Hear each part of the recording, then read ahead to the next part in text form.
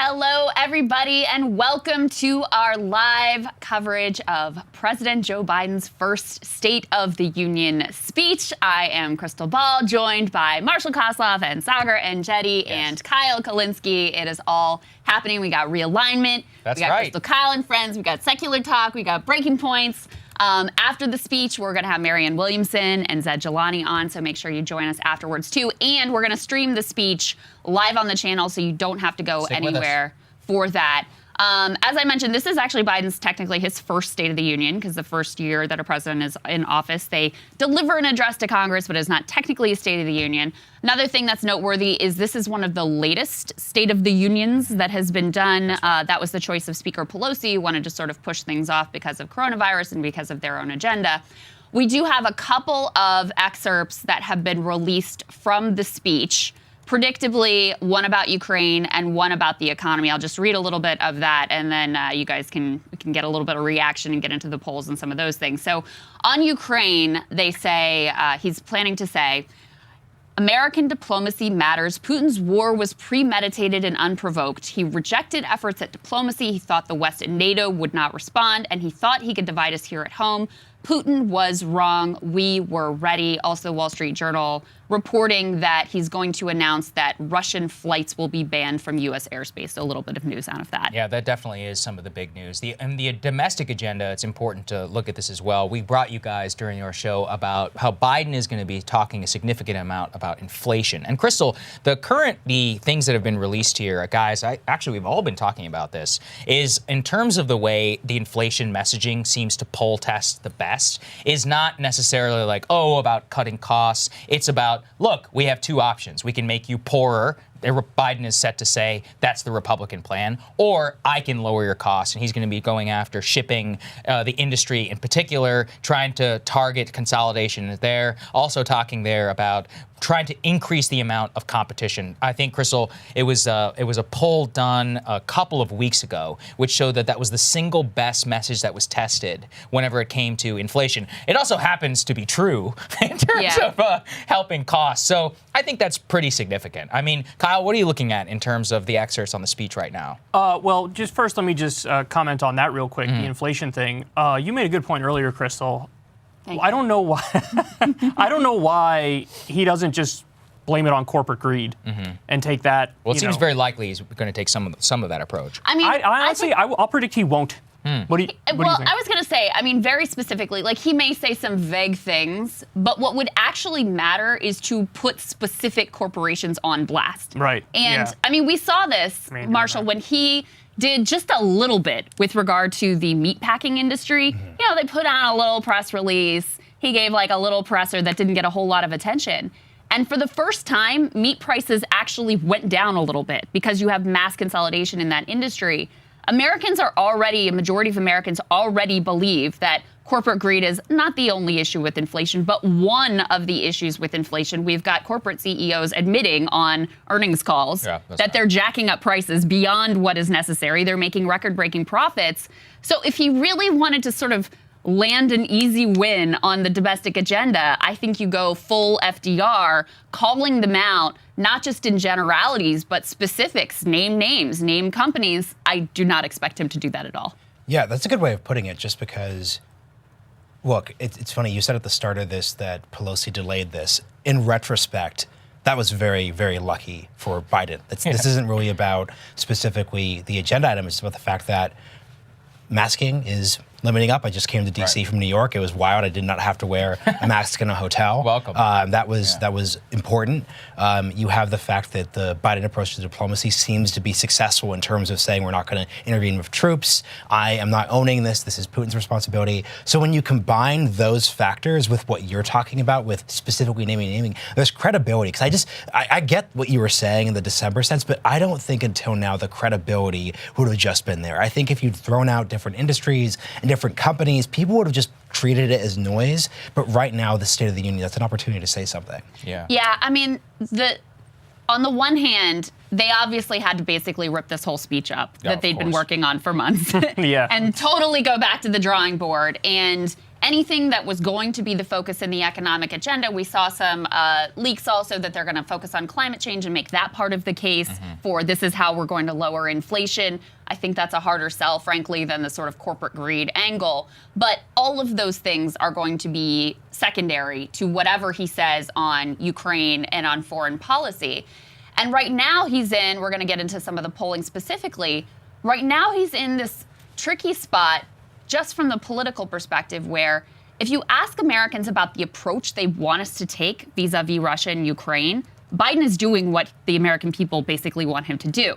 But if you ask them how they feel about how Biden is doing on Russia and Ukraine, it was like 42% in favor. So that analysis of how he specifically is doing is being fed very much through a partisan lens rather than Americans saying, oh, I want these things done, and actually the president is doing those things. Yeah, and I think the biggest problem for him right now is that he's basically playing whack-a-mole because you have these like new issues that pop up, whether it's Russia and Ukraine or it's inflation or it's gas prices. And then it's like, so he has to divert his attention to that and talk about that. But then it's like you're not laying out a governing vision, which is like something broader, something, philosophical. He's not really focusing on or tackling giant issues like healthcare, which usually polls as one of the top issues for the American people. He's not talking about aspects that were part of his Build Back Better agenda, like elder care, like universal pre-K and the $15 minimum wage. So I don't think your speech can really be successful if you're not really defining the terms of the political era. Yes. Somebody like Reagan, we all know that his thing was what the scariest words in the English language are, I'm from the government and I'm here to help. You had Bill Clinton, and we'll get to some of that a little later on in this show, but he also said the era of big government is over. So you need to sort of, if he wants to really leave a legacy, he would have to pursue the policy agenda, but also let it be known, like, I want to usher in a New Deal era. And he's not doing that. He's just playing whack-a-mole, and that's not going to get him anywhere.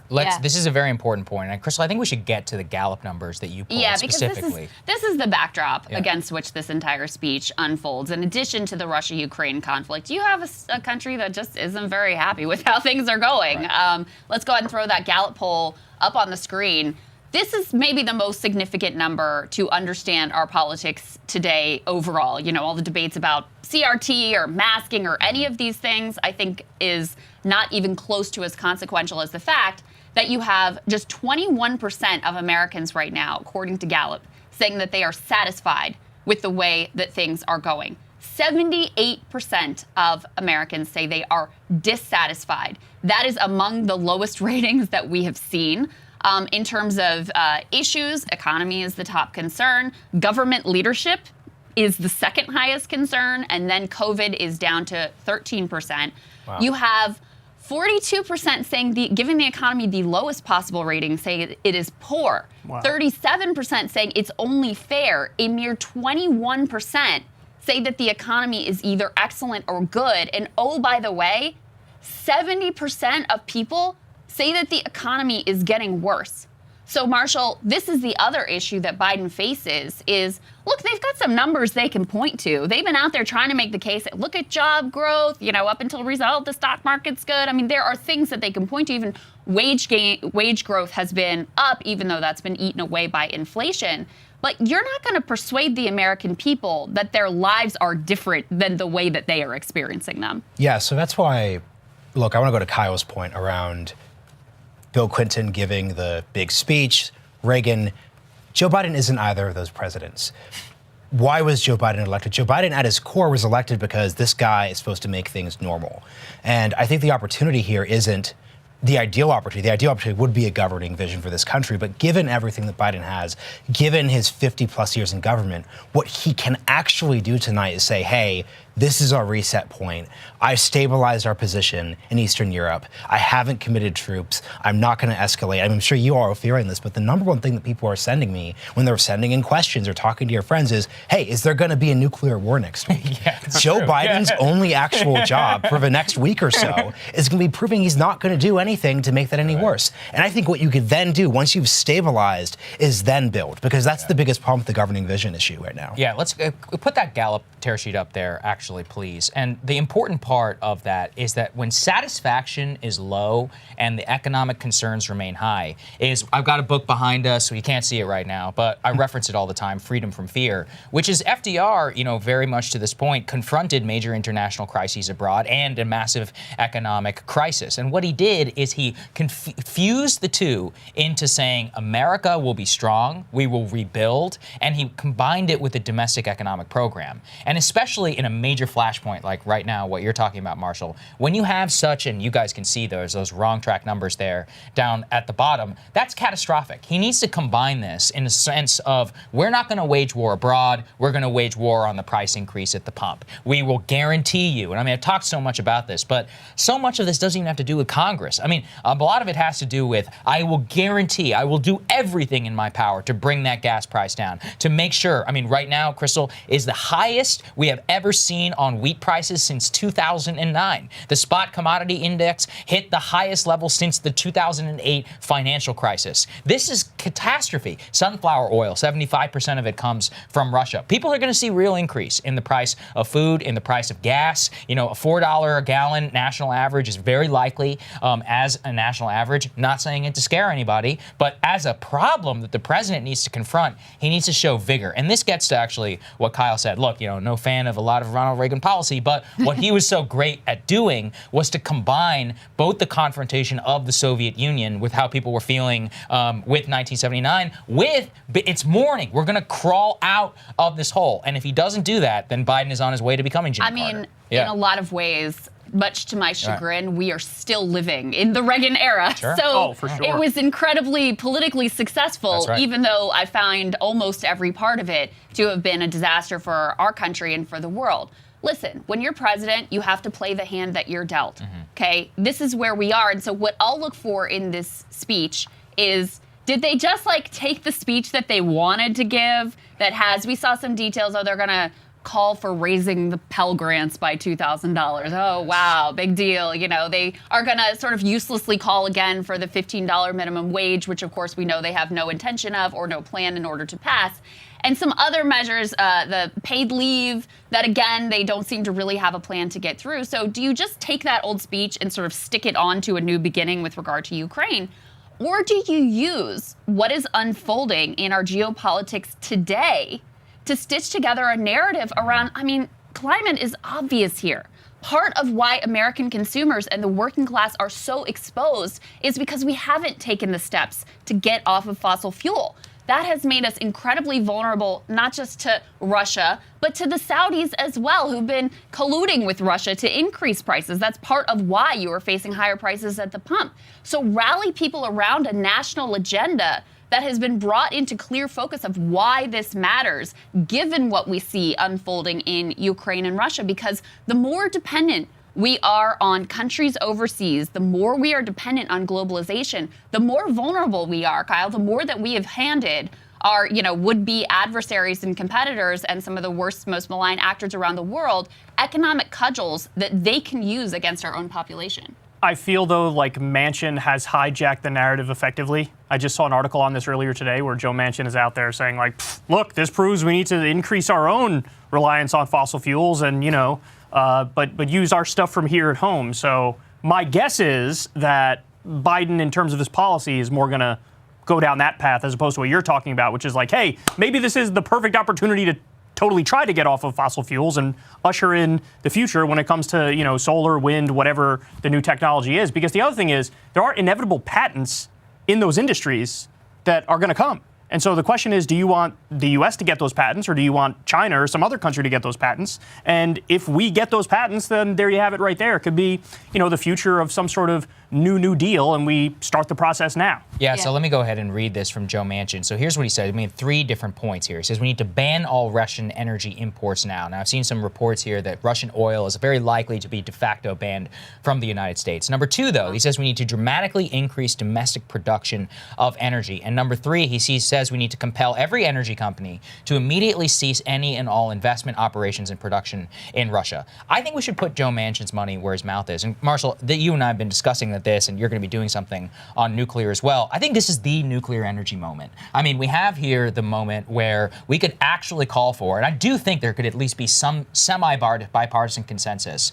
or at least put people's money where their mouth is, where they say, hey, I'm not for wind and solar. Okay, fine, let's go all in on nuclear. That's great. When we could create an opportunity right now to frame it, as Krystal is saying, in the context of the geopolitical situation that we face. Look at Germany. That's the most compelling use case we possibly can. We have Germany here, decommissions all these nuclear energy plants, increases their reliance on Russian gas, 50% or something of their energy imports now coming from there, and they're about to face economic catastrophe. And as a result, they're actually making sure that they're not going to decommission their nuclear energy plants on the same timeline that they were before. This is a time, and Krystal, one of the immediate things you and I called for, at the day, I think on Thursday, the day of the invasion, we were like, we need a nuclear New Deal. This is actually one of those times where this is, it's one of those things that doesn't actually track with a lot of partisan politics. And it's a way that Biden could rise above, I think, to where we are right now. And I would actually be very hard pressed to find Joe Manchin a way to rhetorically slip out of something like that.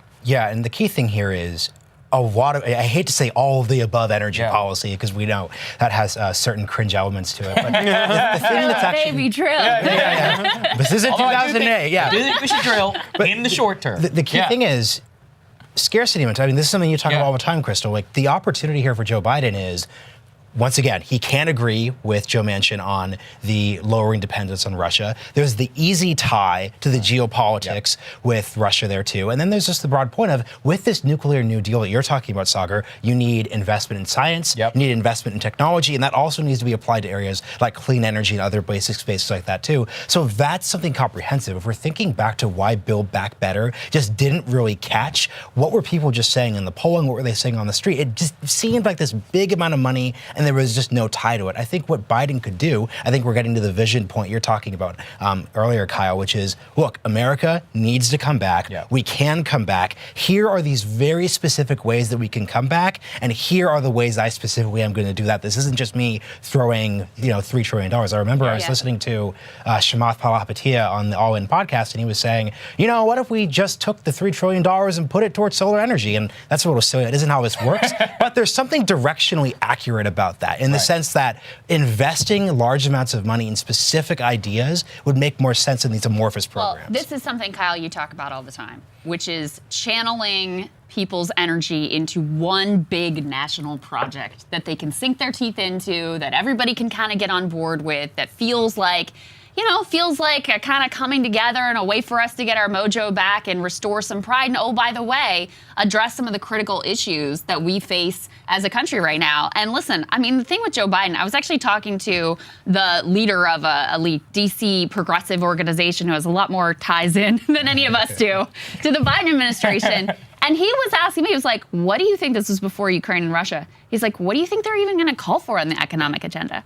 I mean, that's the thing, is we can all sort of speculate all of these different directions, because Joe Biden has never once made it clear what his actual priorities are. Even during Build Back Better, remember, we would talk to Jeff Stein about, what do you think are his red lines here? Like, what does he actually care about and pushing for? And he told us, I think that maybe it's the free community college. And then, a week later, that was out of the bill. So, the hodgepodge of things that we've seen floated as what would be in his speech, it's just sort of random. There doesn't seem to have been any real specific, this is my thing, this is my legacy, this is what I'm going to get done. And so, the Build Back Better debate just ended up being about the price tag rather than any specific program that people could really understand how this is going to benefit my life particularly. I think Joe Biden has totally bought into the conventional wisdom in Washington, and it's what every staffer around him tells him, which is look, man, the squad is defining you. You've gone too far left. You got to reel it in. So my guess is, and you're going to see this in the speech, and afterwards we can tell whether or not I was right, but there's going to be a lot of overtures to the moderate that he thinks he's, not in good favor with. So it's going to be a lot of stuff on deficit reduction and things of that nature. I do think he'll probably throw in lines about the $15 minimum wage or this or that, but I think that the heart of the speech is going to be to try to pick off the never Trump Republican and the moderate voter. And I hope I'm wrong. I hope he goes out there swinging. But my guess is it's going to be that mixed with the whack-a-mole thing I just talked about before, which is we got to talk about Russia and Ukraine. We got to talk about inflation. We got to talk about high gas prices. But again, this isn't generation-defining stuff. This isn't leaving you a legacy. This is like you're the technocratic manager who's falling flat on his face and falling asleep halfway through his speech. You're like, and like a terrible technocratic manager. Of course, it'd be way better if he was actually a competent. That was Obama. Technocratic For all of manager. his flaws, that was Obama. At least he spoke well. Let's give it to him. Yeah, yes. Here's the big. We're not even talking about the Republicans here, and that's actually kind of the elephant in the room. You all saw Senator Rick Scott's, let's just say, not well managed plan. I mean, even Mitch McConnell had to disown this plan. There's this Can funny. you explain for the audience? Yeah. So basically, Oh, I actually can't explain the actual plan, but the basic idea is Matt Yglesias had a great joke where he said, "It's funny." Rick Scott got in trouble for saying the quiet part out loud when it came to Social Security, increased taxes on working class people. Basically, Mitch McConnell has to disown it because you're not supposed to be talking about the actual economic Raising costs taxes. of that actual for idea. and it's just like the most cringe, like, kids are gonna say the Pledge of Allegiance again. And There are we're gonna two genders. we're gonna genders. finish the border wall and we're gonna name it after Donald Trump. Yes. It's like that sort of Yeah, stuff but he as combined well. that, though, Krystal. With like we're going to raise taxes on working class Americans, and also even brought back the 47% rhetoric, which takes skill in order to be that much of an idiot. I genuinely believe he's a low IQ individual. And isn't this the guy who technically is like sort of running the campaign side of the Republican Yes, operation? RNS, head of yeah, the NRSC, which is the National Republican Senatorial Commission. So, But you know what's sad is they're still gonna. It doesn't matter. Like, you're right. Even if so, McConnell's plan is obviously smarter of just saying nothing and letting Democrats hang themselves. Yeah. Like that's clearly the smarter political direction to go. Even if they ran on Rick Scott's complete garbage nonsense, they still are in line for massive wins. And, we're going to show you in a moment what Biden's approval rating looks like and how it compares to other presidents. Not good. But the picture is not pretty. This is literally maybe the first time that I've been covering politics where I've flat out agreed with Mitch McConnell. Like Mitch McConnell's point was like, say nothing. They're going to fall on their face, let them fall on their face, and everybody will just fill in the blanks with what they think maybe we believe. It's just a pendulum swing election. We're going to win. Don't worry about it. And then Rick Scott comes out and he's like, I don't know, education, colorblind equality. Like they're not even really policies. They're just like vague right-wing virtue signal things. Yeah. You know what I mean? Like there's no there. And I was saying this earlier on Twitter, he makes Newt Gingrich's contract with America look like it was written by Noam Chomsky. Hey, listen, He makes it at look least like that. Contract for America was an actual plan. It was. I'm not saying It it was a was. good plan, but it was a plan. certainly a thing. And Gingrich was like, look, we're not going to raise any taxes. We're going to do X, Y, and Z, welfare reform,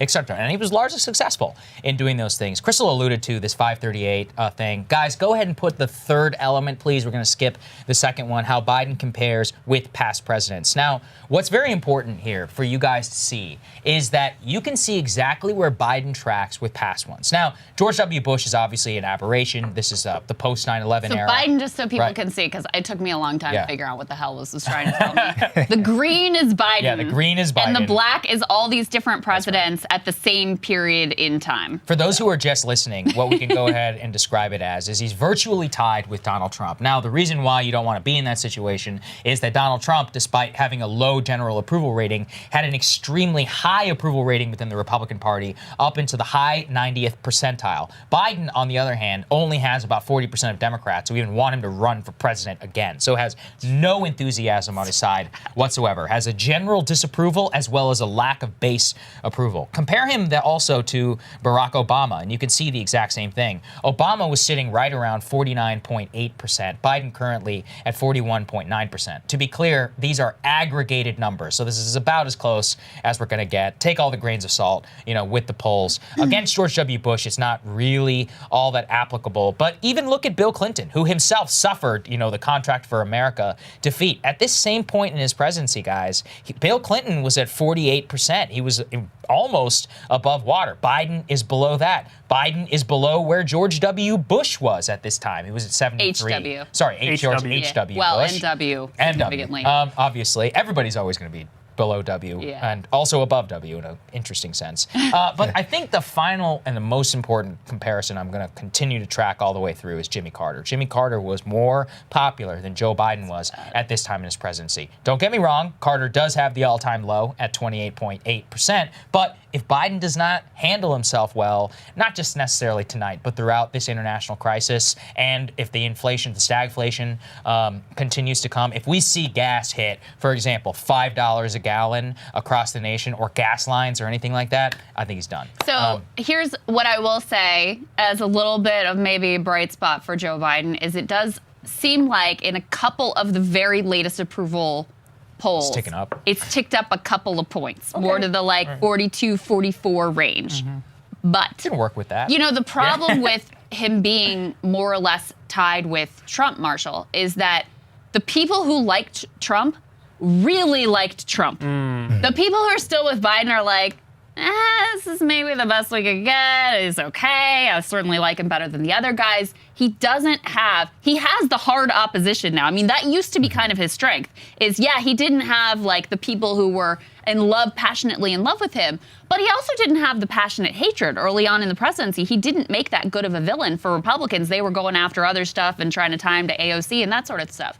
Now he's got the passionate hatred burning for him on the other side, and he does not have a passionate core base that is going to show up for him through thick and thin. So that really creates a worst of all worlds where in a certain way it's even worse than that terrible picture we just showed you of his approval rating being among the lowest of any president in recent history. Well, Krystal, you just set that up perfectly. Saagar and I were talking about this on the way into the show, which is the Republican Party's in a bind, given everything you just said. Because like you said, there are very few, there's not even a nickname for like the Biden people, because they're the chromosexuals. Like, I don't really know what a Biden stand would be. Biden bros? Yeah, Sleepy stands. Yeah, the sleepy stand. I like sleepy stand. I'm actually a huge, you should coin that. Yeah. But the thing is, do you know what people are going to stand for, quote unquote?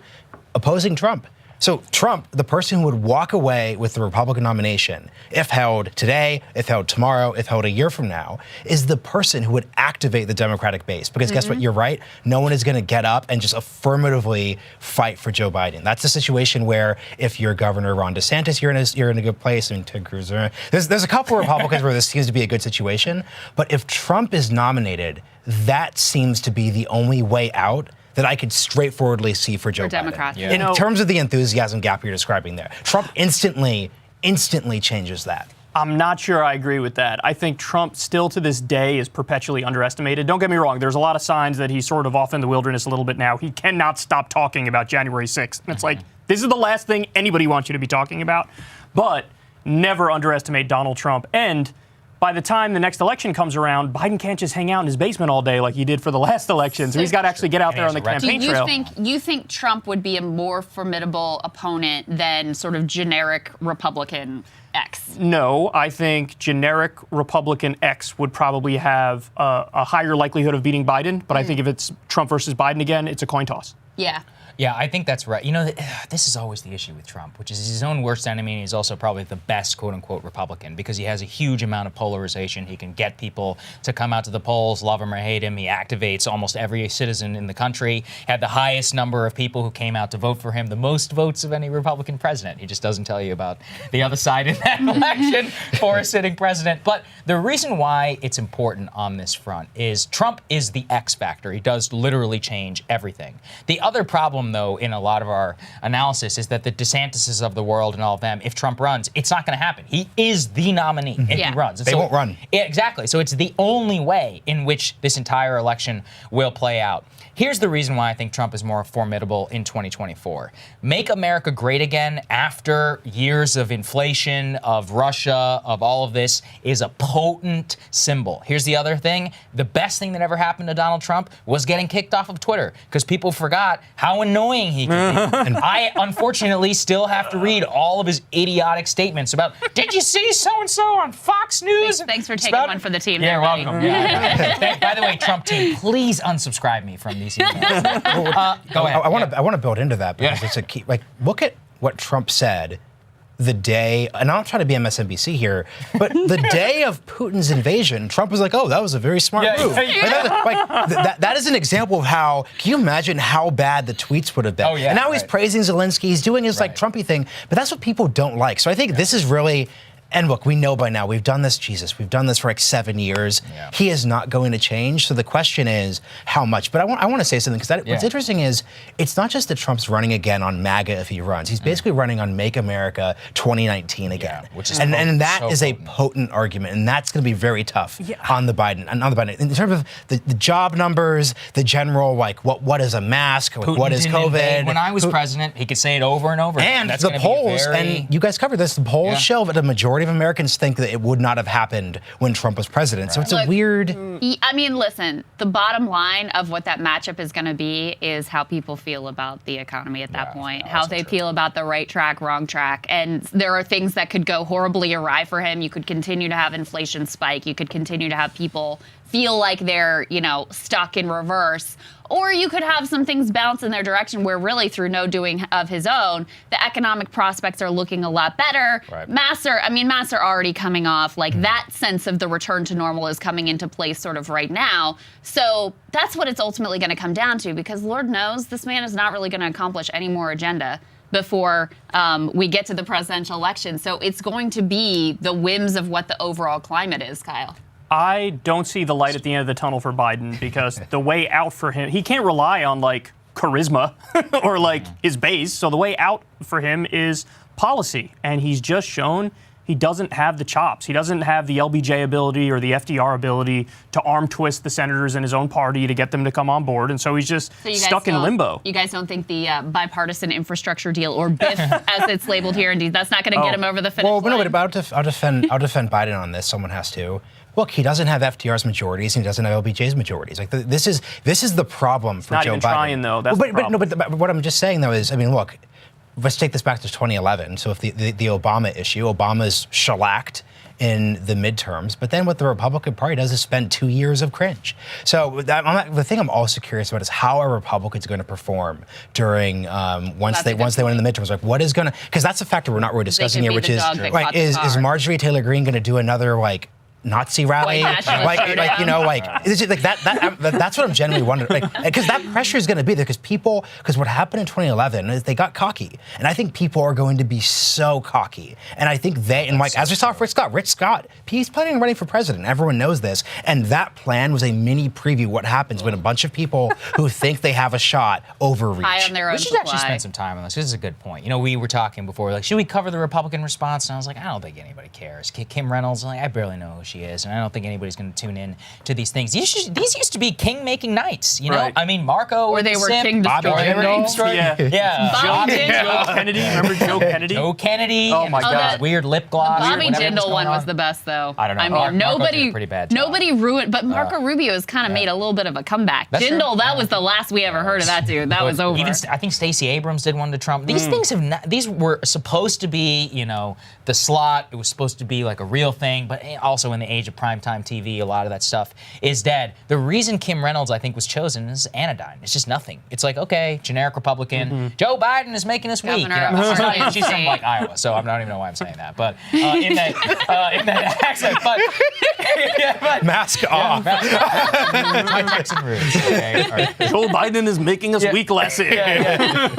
What we are going to see is just a generic Biden bad, the country bad, the radical left, and inflation. And by the way, it's going to be extremely It's a good cocktail. potent. But the reason why, though, is that it can't have a face on it. It has to be on the macro political trends. It has to be one of those things where when you vote R, you're not voting for a personality. You're just voting, or not even voting for something. You're voting against the status quo. That's the single most important thing for the party. But to Marshall's point, the reason, look, Obama was an eminently beatable politician in 2012. People think about him like he was a god. Remember, he still only won Florida by 0.8% or whatever in 2012. God blessed him with Mitt Romney. Now, if you have a formidable candidate if you have a different Republican Party at that time that doesn't go full, I'm trying to remember what even 2011 politics they were attacking. Oh, don't you remember Paul Ryan? Paul They were Ryan doing and his PowerPoints weird on cutting PowerPoint. Social That's right. Security, He's that like, sort of look at stuff. this Yeah. line. And he said, politics. whoa. I remember He's it well. pulling some Al Gore, type thing, and then Obama and them truly weaponized against Romney and Paul Ryan in that election. And still, they didn't win by that much. People do forget this. The popular vote was significantly less than 2008. This is a similar situation where never underestimate the Republicans to screw things up, right? So we could see some ridiculous Benghazi sideshow, Marjorie Taylor Greene doing something, Rick Scott, passing a constitutional amendment or whatever, that we have a balanced budget, or, these are the exact type of things which we could see. We've seen it time and time again, and especially with fringe characters like Claire McCaskill's race in 2006. There are always, especially with the rising number of kooks, and especially, the media is obviously going to be gunning for the Republicans too in that election. They're going to pick whoever they can. Right now, a lot of the Marjorie Taylor Greene and all that obsession is cringe. But hey, look, they're going to give her a committee seat back, right? That's a whole other news cycle about what's happening. Who knows in terms of some of the riders and things that they're going to insert on these bills. And another thing we should not underestimate, Krystal, is a government shutdown. They would absolutely shut the government down. I'm almost certain of it. They've been floating it constantly about, we got to defund the Democratic lockdowns. And look, I'm anti-lockdown, but, in terms of strategy, all of that, I get why it would play with the base. We have no idea how the national public will respond to that. So the current state of the Republican Party, there's no consensus. Trump has made it more boorish in rhetoric. That is going to come out to no unifying agenda. It could be a boon to Joe Biden. Well, and they're doing these kind of it's sort of like identity politics for the working class. We're going to say worker a lot, and we're going to maybe float putting a worker without any power or vote on the board. It's the same. It's like a diversity initiative, except for the working class.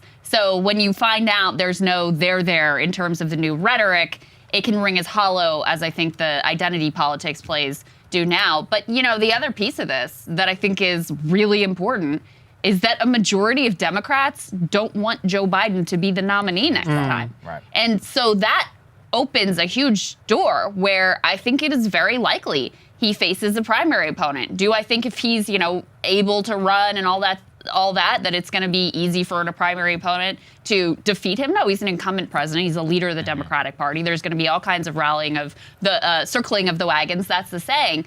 But you've got a major dissatisfied chunk of the Democratic Party who's looking at the writing on the wall just like we are and saying, I don't know if this is our best horse to go up against Donald Trump again. That electability narrative that he had last time, he may have to work to reclaim, especially if the midterms go as poorly as we expect them to. Yeah, I hate to say this because it sounds too definitive, but I think we live in the pendulum age when it comes to politics. And the reason I think that is because nobody is really substantively serving the people.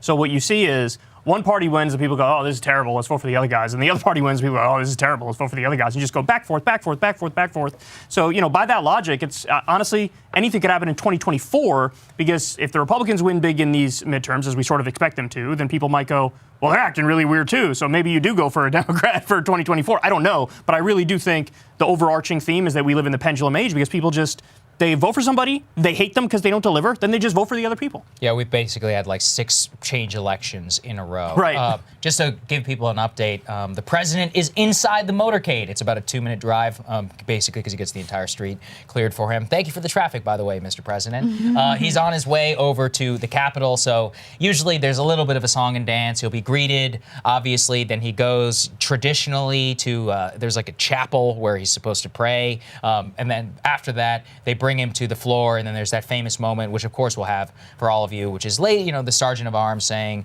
Madam Speaker, the President of the United States, and he'll enter the building. So I think, Kyle, should we pivot over to, you thought it was important in order to put these clips together of historical ones. Why don't you set that up for the audience? Yeah, so I was looking back at the old school interesting and important and somewhat historic moments from these State of the Union speeches from modern history.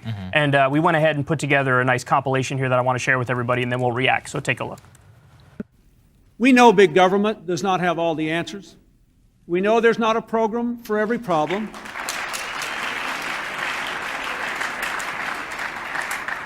We know and we have worked to give the American people a smaller, less bureaucratic government in Washington. And we have to give the American people one that lives within its means.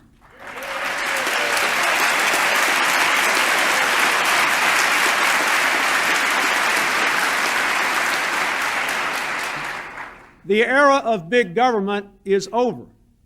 The Iraqi regime has plotted to develop anthrax and nerve gas and nuclear weapons for over a decade. This is a regime that has already used poison gas to murder thousands of its own citizens, leaving the bodies of mothers huddled over their dead children. This is a regime that agreed to international inspections, then kicked out the inspectors. This is a regime that has something to hide from the civilized world. States like these and their terrorist allies constitute an axis of evil, arming to threaten the peace of the world by seeking weapons of mass destruction. I have no more campaigns to run. My only agenda, I know because I won both of them.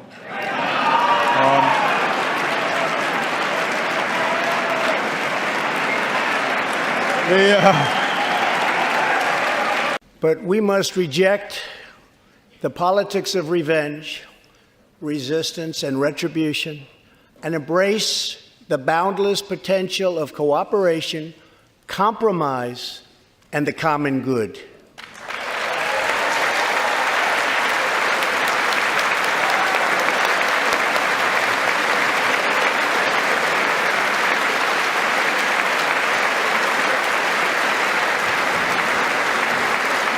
Thank you very much.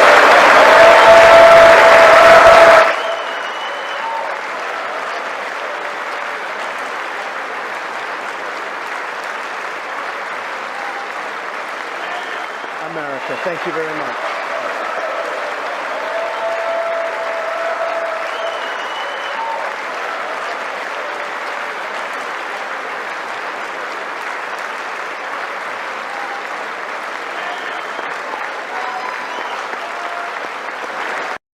Here's what I have to say to Wow. that. Thank you, Kyle. Give really me the clap for appreciate that one. There it is. Yeah, I was The gonna Nancy say, Pelosi Kyle, you're bringing clap. back memories, man. Some of Krystal and So- I's early moments on Rising were a lot of these. The Yeah. resistance types really loved when she Yes. ripped up the paper, Oh, yeah. but I didn't realize it went on that long. I forgot. You know, I have She- memory, yeah. I have memory hold a lot now, of this. too. now the clap thing, Yeah. interestingly enough, when she was asked about that, she was like, I don't know what you guys were talking about. I was clapping because I actually liked the speech. Right.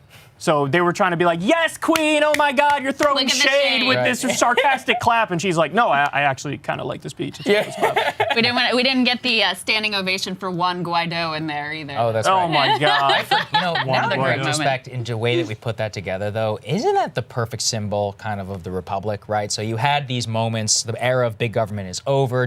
Bill Clinton, he changes the entire Democratic Party, eventually does does enact some policy, not all good, but, you know, works with the Republicans to get something done. George W. Bush, the axis of evil speech, there is no denying that changed the face of the world forever. Not for the better, Thank you, but David Frum. he did certainly change the entire world. There's no getting around that one. And then you start to see the degradation of Obama, celebrity politics. It's all about him. It's never about actually anything. And then finally, it comes to the Trump clip. We were all trying to decide. We're like, what is a memorable time from the Trump State of the Unions? I was like, honestly, the only ones I can remember are Pelosi clapping and tearing up the tearing the speech. speech. But that is the perfect symbol of what the Trump era was, right? Yeah. The resistance, liberals, and I mean, that captured a very ended up being important political coalition.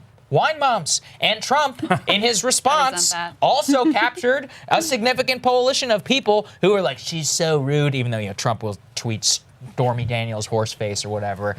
Really, what it came down to was what it collapsed is into this moment of the politics of just nothing, of pure theater, of cultural resentment. We were saying before, oh man, we should have, while the clip was playing, I was like, man, we should have put in that "you lie" moment with Joe Wilson whenever he accused Obama of lying, although it wasn't during the State of the Union. I think it was during some special address I think it or was. whatever. I think it was State of the think it was Union. You might be right. Yeah. You might be right because he was censored and all that. But I remember he raised like $10 million the next day, and that changed everything, right? Like that was the signature moment, Marshall, where you could these backbench. Joe Wilson was nobody. South Carolina congressman, Tea Party. He became a star. And he was on Hannity every night. That was actually the first State of the Union. Right. It was, So it was 2009. Okay. So, yeah, so that was very early in Obama's presidency. Right. Well, just to build on this, and this is why,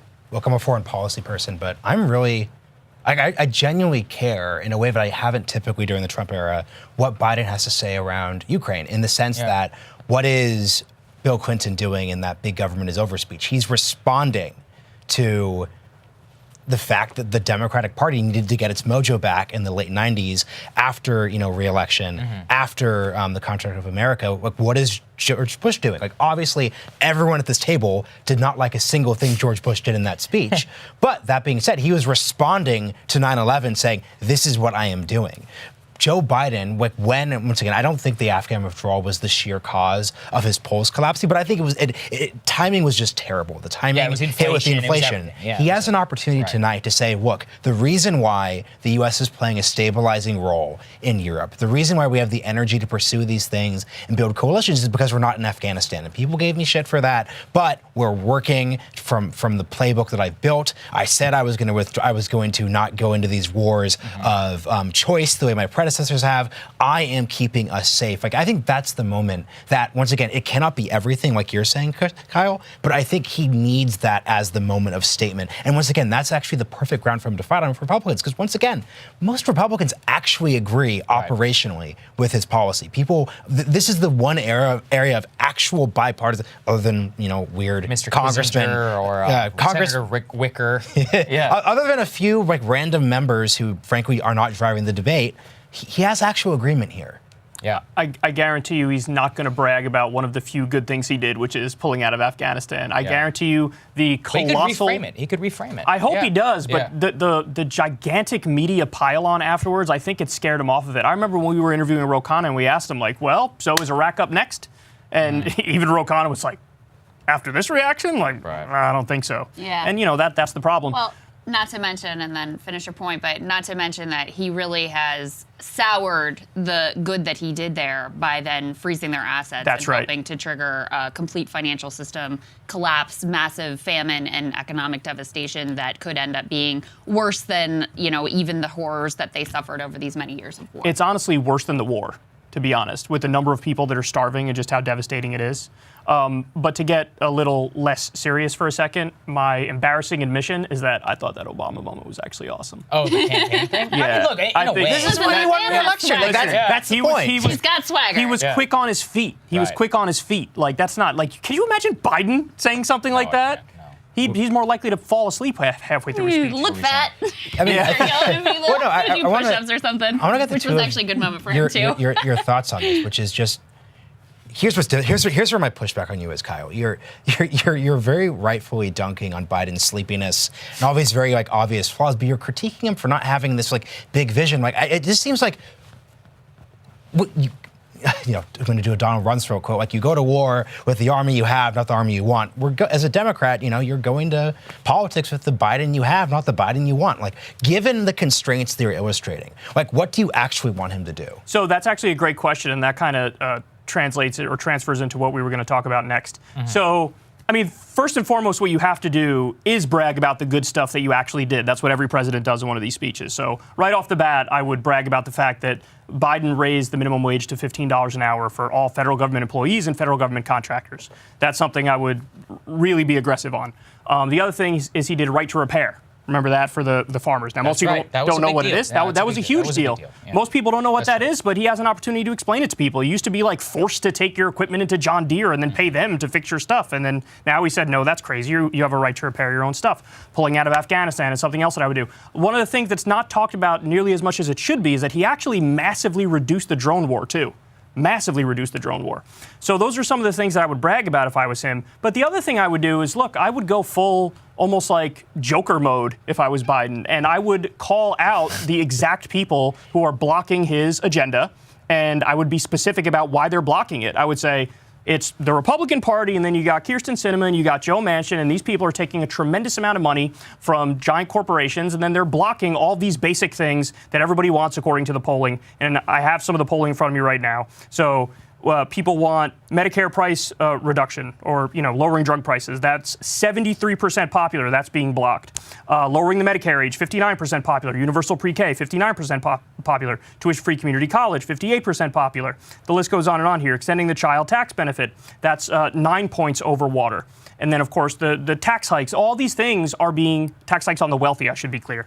All these things are being blocked by those people right there. And the reason why they're blocking it is because they're corrupt and because they're bought by their donors. So I want you to know who the problem is, and I want you to know that I'm going to work around that. And what I'm going to do, as soon as I'm done with this speech, is go sign an executive order on eliminating student loan debt.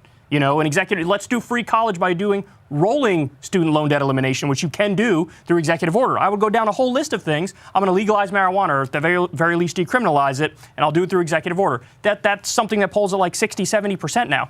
But again, I don't think he has it in him. I just don't think, he just doesn't agree with the things I'm saying. Well, I think this gets to what Marshall was saying, which is at the end of the day, Biden is who he is. All right, like he's got one strength. He's a pretty empathetic guy. Ice cream Joe's gone. Yeah, we had it for a brief shining moment, but it's over. Here's what I will say. I mean, he is the one who told us to measure him against FDR. Right. I mean, they were the ones who set up that, he put the portrait in there, which his team, they were the ones going out there and telling everyone this is going to be FDR and this is as transformational as FDR. And I also would say, and I've kind of changed my thinking on this. When he was running for president, I was like, he's running on nothing. I mean, return to normal, that's nothing. But actually, return to normal can be interpreted as an extraordinarily maximalist kind of a thing because, I mean, what does that mean for people? I think when people think about normal, they're not just thinking about, hey, we're going to take off masks. They're thinking about some time in their life where things felt like they were working and like America was moving forward and we had confidence and we had optimism that, things for our kids are going to be better than how they are for us. And so on the one hand, it seemed like kind of a nothing of a statement and framing for the election. On the other hand, it set people up to project a big vision on what that meant to them that he clearly has failed to deliver on. Yeah, that's a good one. One piece of news for the geeks out there: Gina Raimondo is the designated survivor for tonight, the Commerce Secretary, and also we're being told Governor of Rhode Island, former Governor of Rhode Island, and being told that we're on standby here. Pelosi apparently has hit the gavel, and the president could be walking into the chamber at any moment. So as soon as the president enters there, we'll go ahead and put him up there. Gina Raimondo on the is screen. Also a total corporate tool. So if she's the one that's left, we're all screwed. Well, she could listen. If you were gonna, not the nuclear annihilation that ended everything, but the corporate policies, the remaining monopolies. If we had nuclear annihilation and we had a return to like 1980, I don't really know what we would do. Well, I mean, look, here's a second question for you too, because you were talking about the primary. So there's two different versions of a primary for Biden I see. One is the holy crap, Kamala can't win. Holy crap, Biden can't win. We need to get a Pete Buttigieg to resign from the cabinet. This is a certain center-left version. That's already being pushed. That's the center-left version. Yes. But then there's the progressive version. I'm curious how you think Biden should respond or defend against both different versions. Do some stuff and be more popular. I mean, it's not more complicated than just, actually have an agenda. I do think he may get some credit for his handling of the situation with Ukraine and Russia. They were out front. It's being filtered through a partisan lens. Let's actually put up the polling from CNN. It was, our second element that we had in the list. We used it in the show earlier today. But, some of the things that the American people, by the way, are like wholesale on board with, I am personally not. But there is a broad consensus among the American public. 83% of Americans in the CNN poll, that second element, guys, said they favor increased economic sanctions against Russia in response to the invasion, with just 17% imposed. A majority do not want boots on the ground here. So most Americans are basically saying we want what Biden is doing. Now, on the other hand, and this is kind of, and generationally, it's actually interesting too, there aren't big partisan splits here, but younger Americans were less hawkish when asked the question, like, do you want them to do more, undefined more? They were less sort of hawkish and aggressive on those things. But you also see some partisan differences emerging in the sort of the toughness of their stance. Right. So you now have 80% of Republicans in a different poll, I think it was Quinnipiac, saying that Biden hadn't done enough, that he needed to do more. this was after you had a kind of Republican emerging conversation about like we should just avoid this thing altogether. Now they're all in on it needs to be tougher and it needs to be more.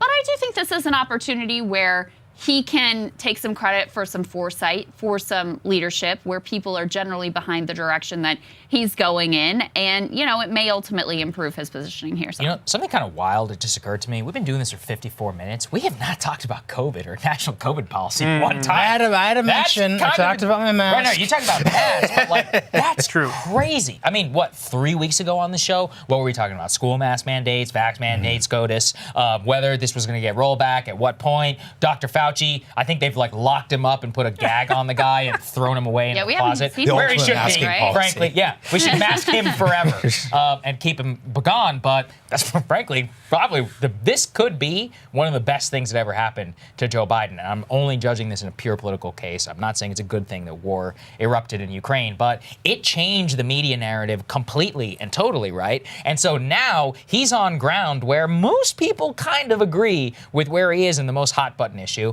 And this also gives the hyperlibs the off-ramp that they needed to stop caring. I mean, here, today is March 1st. We're taping this, so finally the DC mask mandate expired. I was shocked at the number of masks that came off either at my gym or you know, other places, the coffee shop I usually go to, because I remember in the last time that the mask mandate came off, it was still like 70-30, something like that. This time it was actually completely switched. So this gives people the off-ramp. It gives people with online activism for something to argue about, which is different. And most importantly, they can kind of just let it all slip and die. I mean, at this point, I don't think that there is a single national mask mandate. I could be totally wrong. Left in the country. There may be some school mask mandates that are expiring in like 15 days. But absent that, it's over. And so Biden apparently is going to lay out his whatever next phase of the pandemic. I would say don't even touch it, man. Just be like, hey, look, we declared victory. We won. That's great. We remember the 800,000 Americans who died from COVID. It was a terrible tragedy, but we're all moving on here.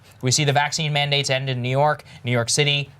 We see the mask mandates expire. Even Marshall, you're from Oregon, even over in Oregon, we're seeing this. So this is a blessing in disguise, I think, really, to Biden for the end of COVID, because otherwise, let's say Ukraine had not happened, how much COVID talk we're going to be having at this table? I think it would be astronomical. So it's definitely over in terms of the public caring all that much about it. Right. But in terms of what's actually happening, I mean, there's still, 1,000 deaths a day or something like that? Yeah, but I mean, the public has calibrated itself to that. Right. They're like, look, I mean, at this point, you're vaccinated or you're very old right. and you're very ill, and we're very sorry about that, but that's how it is. In some ways, to Marshall's point, the bar has lowered to like, please, I just don't want to die in a nuclear war. Yeah. So as long as we're not dying in a nuclear war, everybody's like, you know, that Biden guy, maybe he's not doing as bad of a job as I thought he was. Yeah. But yeah, like people are generally, and by the way, to the sanctions thing too, I just want to add this for the record, is that I do think people are almost too much in favor of it, sanctions that would even hurt the Russian people.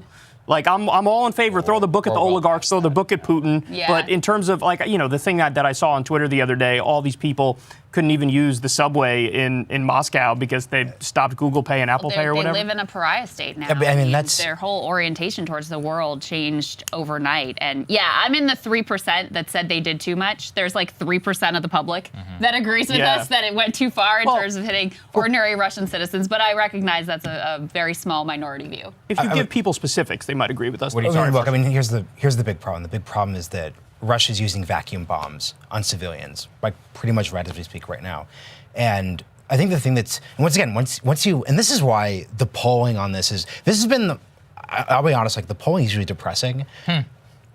I think Americans with these have recognized nuance in a way that typically hasn't been allowed, in the sense that people say, look, we know that we could send in jets and troops and make a just pretty clear difference on the ground. But that being said, that could risk nuclear war. We don't want to engage in these wars of choice. But that being said, like there have to be consequences for this. And I know this is really tough to say, and it feels terrible saying it, but I just do not think we can allow as much as we can like this to stand. So I think what's happening here, and what you're pointing to also in terms of the Google Pay and the Apple Pay, is when you put it specifically, my fear is not even necessarily that, you know, everybody can't use Google Pay and Apple Pay. It's we got to very clearly lay out here. And I think Biden is probably going to do this from what I've read from the excerpts is, hey, listen, if you stop, all of this will come back. The global financials, you're good. It's back. We can. There is just as an escalation ladder in war, there is a financial escalation ladder. You are vacuum bombing and using cluster munitions in cities. Just today, I saw this horrible video of it's like the Kiev TV tower, the comms getting completely blown out by a missile. There was another one, a fuel dump, I believe, at an airfield. Same thing. I mean, launched from the Navy. I mean, this is really catastrophic stuff. Also, it being hit in terms of critical infrastructure, bunkers for the Ukrainian military. All of that is happening. My only thing, and I do believe Biden is actually doing this. It's funny, I always have to end up praising him somehow, even though I don't necessarily want to. But I think having a level head whenever it comes to sanctions, being like, listen, these can all go back too. You can come back on this if you just stop what you're doing. Will that work? Probably not. So it's on that front where it could have some success. But we'll see. I mean, we don't know. Here's what I'll say, Marshall, to your point, which I think is very compelling and very...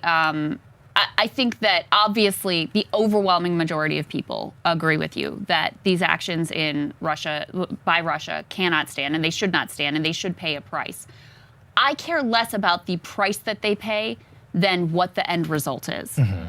And I do not see from our past history of levying devastating sanctions that are horrific for the public and waging this kind of financial warfare, economic warfare, which is what we're doing. I don't see that the results have ended in peace and better ties between those countries. Instead, what I see is situations where then authoritarian dictators, people like Putin, can use those sanctions to say, your problem isn't with me, it's with those people who are making your life miserable, and they have a point. And so ultimately, rather than providing that impetus to come back to the table, instead it hardens a population which, to this point, seems to be at least some significant chunk of it opposed to the war and more or less on our side of we got to de-escalate this thing. So that's the position I'm coming from is, number one, it is a moral position. The Russian people haven't done anything wrong and they don't deserve to have their lives turned upside down. But number two, it is a strategic and tactical position of I don't see the track record of where this has actually worked. And it feels to me a lot more of just a political response to feed that sense of like, we have to make them pay, we have to assert ourselves in the world, we have to do something. Yeah, and I just want to follow up on that real quick because I did a realignment episode that's coming out tomorrow on the sanctions issue. And look, it lines up with what you're saying. At the end of the day, the guest I have talks about how he wished, and he's a hawk, he was like, look, let's be honest, these types of devastating sanctions would have been more effective as a deterrent before the invasion happened. Mm-hmm. So if his ideal state would have been Putin, if you go in, because once again, the Biden administration said he was going to go in. If you go in, this, and this would happen. Make it clear. You make it clear, you use them as a deterrent. To your point, once the actual invasion happens, you're most likely right. That's not going to change the actual behavior on the ground. But I think the point that's tough here is the bigger picture here is that we are trying to avoid a nuclear war. Yeah. So from my perspective, the reason why the sanctions are justified is when we are going to, look, let's be honest, we talked about this, like we're not going to let Finland and Sweden into NATO. Given just the risk of that, I think we have to say we are doing something else. Right. I just, morally speaking, cannot tell Europeans that for your own protection, you cannot join this alliance without also doing something affirmative too. And I think on that front, it's interesting though, and this is also gets to efficacy and around balance.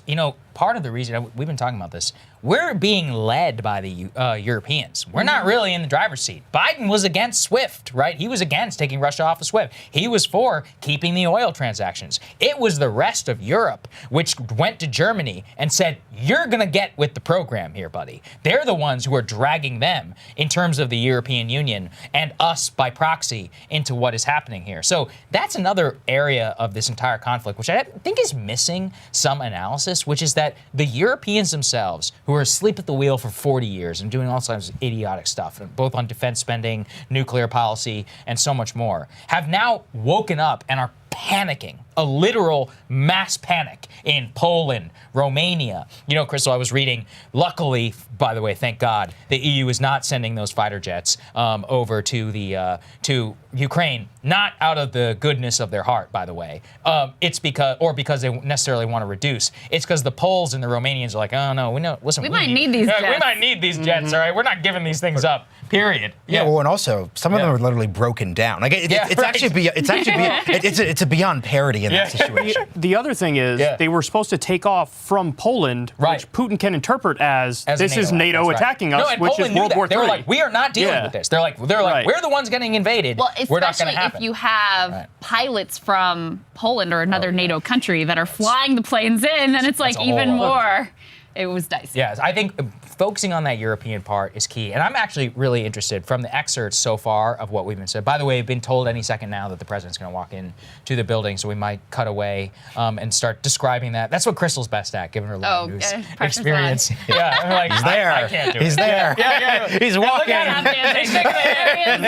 at this. Senator Risch, by the way, the most cringe thing I heard is that some congressmen get there like 10 hours early because their constituents, so they can shake the president's hand, because their constituents are like, I saw you on the TV. Yeah. Well, whatever. That from they go, huh? What state is that person from? I don't know. This is, I think, especially the case with Obama. That's right. And with Trump. I don't know if Biden has quite the same pull. That's a good point. It's not going to be your campaign photo. Still, I mean, although I will say, he is still a less divisive figure than, say, Barack Obama was. I mean, I happened to run in the Tea Party wave of 2010. I was there on the ground. It was not a pretty sight for me or anybody else of my sort of ideological leanings. But Barack Obama was totally, Democrats were running away from that guy in anything approaching a swing district or a conservative district. And the boogeymen for the Republicans are still Nancy Pelosi, which no one talks about. Everybody points to AOC, who is another one, and the squad members. But Nancy Pelosi has been like a leaden weight around the neck of congressional candidates since the time of me running for Congress more than a decade ago now. So here we go. He is now walking in. All right, here we go. You see him there. This is already getting the This is Crystal's time to shine, folks. Does he know where he is? That's my first question. Unknowable. He seems like he's with it. He's greeting the people there. I don't actually recognize any of those folks in particular. But I will say, as far as the picture thing goes, these members of Congress, especially the backbenchers, the angle to get the photo thing is like, this is a way that they can try to show their constituents that they're relevant. And so that's what it's really ultimately about. They do have part of why it looks less Ukrainian flags there in the background. We can see there, Krystal. Yep, and it looks more empty than usual because they still have, I think, some COVID seating assignment situation going on. And then the other thing that's noteworthy, and this is brand new, is there are no masks. That's right. And that's Which Pelosi is not wearing tonight. That is a new policy there, so that's part of why the optics are really different. Did they give him his Adderall? We're about to find out, Kyle. Yeah, I feel like maybe you should break down for us while we're taking this time what you think the recommended cocktail would be to get him on the top of his game for this. Let me make a substantive point, though, which is that Biden generally, and I do mean this, he does rise to the occasion. Generally with these speeches. Remember the Bernie debate? Well, that's what I was going to bring up. Remember also not the Afghan press conference, the speech. Not the press conference where he did that weird thing where he put his elbows on the podium and he's like whispering, kind of like, but like the speech itself, I mean, look, I think it's muscle memory, but he's been doing this for a long time. Muscle memory's a good theory. At this time, like he actually is pretty good. Yeah. At rising to the occasion. I think he's about to take the podium there. So we're gonna cut away, guys. We'll be with everybody whenever after the show for an additional 1 hour live stream to break everything down. Stay right here. Stay right here to watch the stream. The whole speech. And then we will be back. So don't go anywhere, guys. Check it out. Yep. All right, guys. Here is the President of the United States, Joseph Robinette Biden. Members of Congress, I have the high privilege and distinct honor of presenting to you the President of the United States.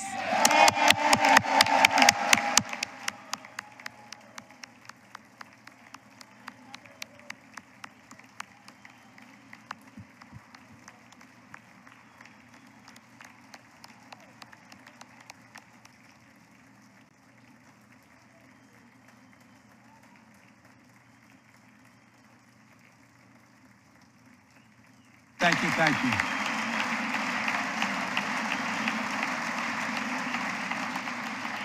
Thank you all very much. Thank you, General.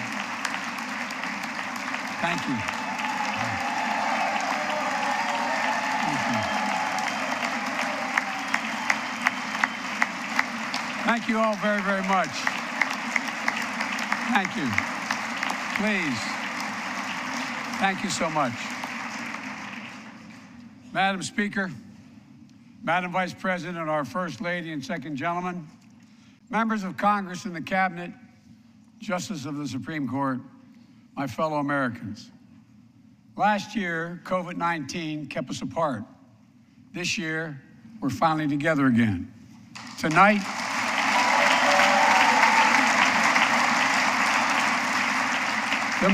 we meet as Democrats, Republicans, and Independents, but most importantly, as Americans, with the duty to one another, to America, to the American people, to the Constitution, and an unwavering resolve that freedom will always triumph over tyranny.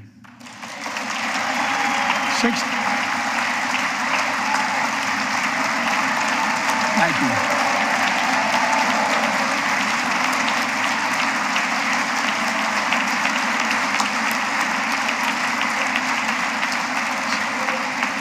6 days ago, Russia's Vladimir Putin sought to shake the very foundations of the free world, thinking he could make it bend to his menacing ways. But he badly miscalculated. He thought he could roll into Ukraine and the world would roll over. Instead, he met with a wall of strength he never anticipated or imagined. He met the Ukrainian people.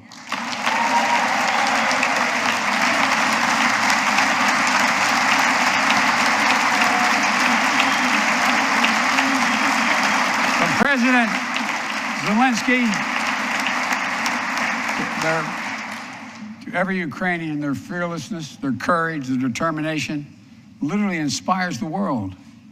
Groups of citizens blocking tanks with their bodies, everyone from students to retirees to teachers, turned soldiers defending their homeland. And in this struggle, President Zelensky said in his speech to the European Parliament, "Light will win over darkness." The Ukrainian ambassador to the United States is here tonight, sitting with the First Lady. Let each of us, if you're able to stand and send an unmistakable signal to the world of Ukraine. Thank you. Thank you, thank you, thank you.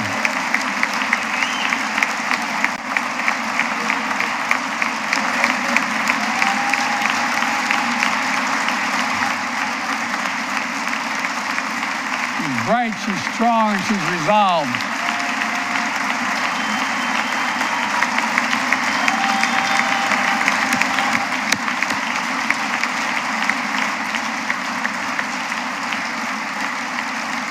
Yes, we, the United States of America, stand with the Ukrainian people. Throughout our history, we've learned this lesson. When dictators do not pay a price for their aggression, they cause more chaos. They keep moving, and the cost, the threats to America and America to the world keeps rising. That's why the NATO alliance was created, to secure peace and stability in Europe after World War II. The United States is a member, along with 29 other nations. It matters. American diplomacy matters. American resolve matters. Putin's latest attack on Ukraine was premeditated and totally unprovoked. He rejected repeated efforts at diplomacy. He thought the West and NATO wouldn't respond. He thought he could divide us at home, in this chamber, in this nation. He thought he could divide us in Europe as well. But Putin was wrong. We are ready. We are united, and that's what we did. We stayed united. We prepared extensively and carefully. We spent months building coalitions of other freedom-loving nations in Europe and the Americas, from America to the Asian and African continents, to confront Putin. Like many of you, I spent countless hours unifying your European allies. We shared with the world in advance what we knew Putin was planning and precisely how he would try to falsify and justify his aggression. We countered Russia's lies with the truth. And now that he's acted, the free world is holding him accountable, along with 27 members of the European Union, including France, Germany, Italy, as well as countries like the United Kingdom, Canada, Japan, Korea, Australia, New Zealand, and many others. Even Switzerland are inflicting pain on Russia and supporting the people of Ukraine. Putin is now isolated from the world more than he has ever been. Together,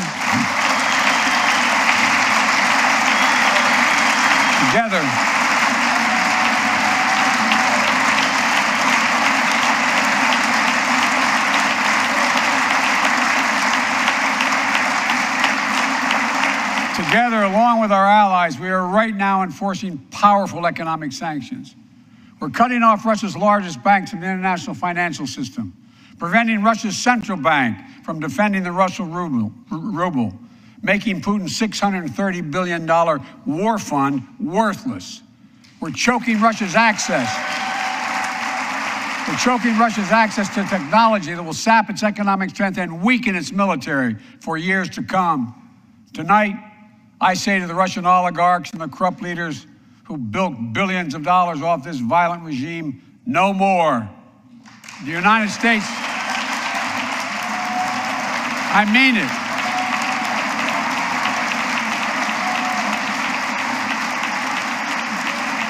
The United States Department of Justice is assembling a dedicated task force to go after the crimes of the Russian oligarchs. We're joining with European allies to find and seize their yachts, their luxury apartments, their private jets. We're coming for your ill-begotten gains. And tonight, I'm announcing that we will join our allies in closing off American airspace to all Russian flights, further isolating Russia and adding additional squeeze on their economy.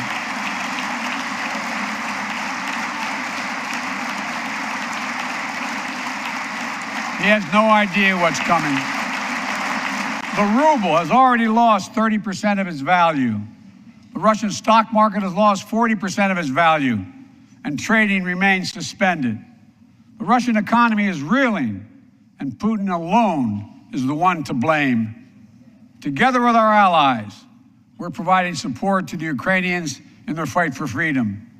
Military assistance, economic assistance, humanitarian assistance. We're giving more than $1 billion of direct assistance to Ukraine, and will continue to aid the Ukrainian people as they defend their country and help ease their suffering.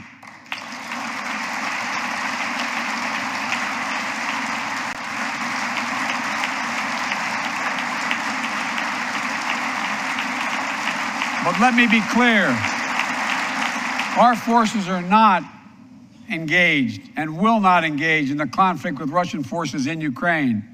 Our forces are not going to Europe to fight Ukraine, but to defend our NATO allies in the event that Putin decides to keep moving west. For that purpose, we have mobilized American ground forces, air squadrons, ship deployments to protect NATO countries including Poland, Romania, Latvia, Lithuania, and Estonia. And as I've made crystal clear, the United States and our allies will defend every inch of territory that is NATO territory with the full force of our collective power. Every single inch.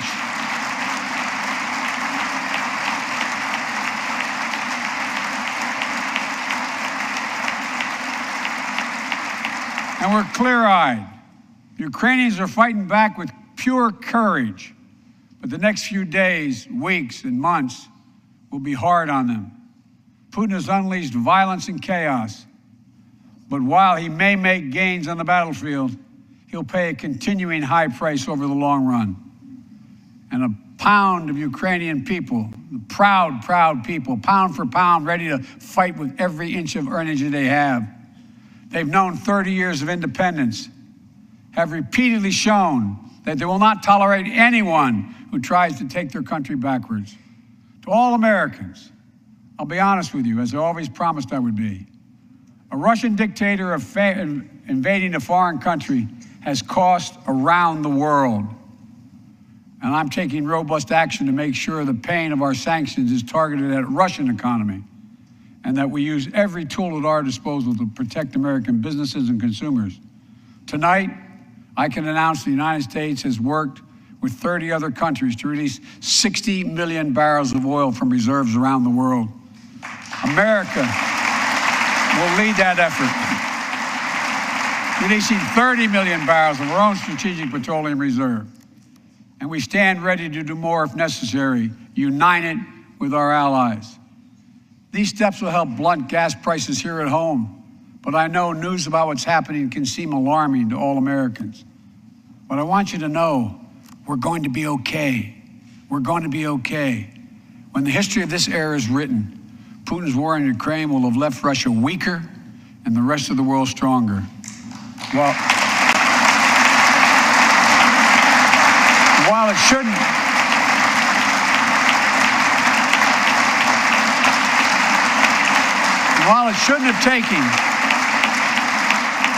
have taken something so terrible for people around the world to see what's at stake, now everyone sees it clearly. We see the unity among leaders of nations, a more unified Europe, a more unified West.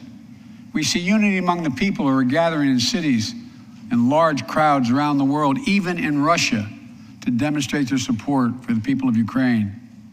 In the battle between democracy and autocracies, democracies are rising to the moment, and the world is clearly choosing the side of peace and security. This is the real test, and it's going to take time. So let us continue to draw inspiration from the iron will of the Ukrainian people. To our fellow Ukrainian Americans who forged the deep bond that connects our two nations, we stand with you. We stand with you. Putin may circle Kyiv with tanks, but he'll never gain the hearts and souls of the Iranian people.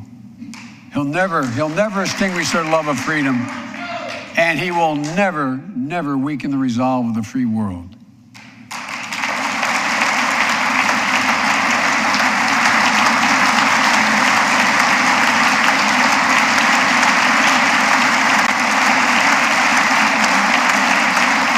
We meet tonight in an America that has lived through two of the hardest years this nation has ever faced. The pandemic has been punishing, and so many families are living paycheck to paycheck, struggling to keep up with the rising cost of food, gas, housing, and so much more. I understand, like many of you did. My dad had to leave his home in Scranton, Pennsylvania to find work. So like many of you, I grew up in a family when the price of food went up, it was felt throughout the family. It had an impact. That's what one of the first things I did as president was fight to pass the American Rescue Plan. Because people were hurting, we needed to act, and we did. Few pieces of legislation have done more at a critical moment in our history to lift us out of a crisis. It fueled our efforts to vaccinate the nation and combat COVID-19, delivered immediate economic relief to tens of millions of Americans. It helped put food on the table. Remember those long lines of cars waiting for hours just to get a box of food put in their trunk. It cut the cost of health care insurance. And as my dad used to say, it gave the people just a little bit of breathing room.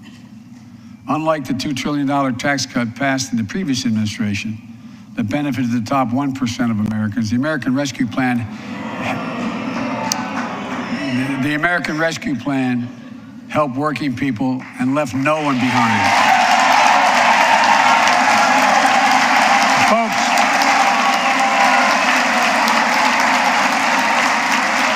and it worked. It worked.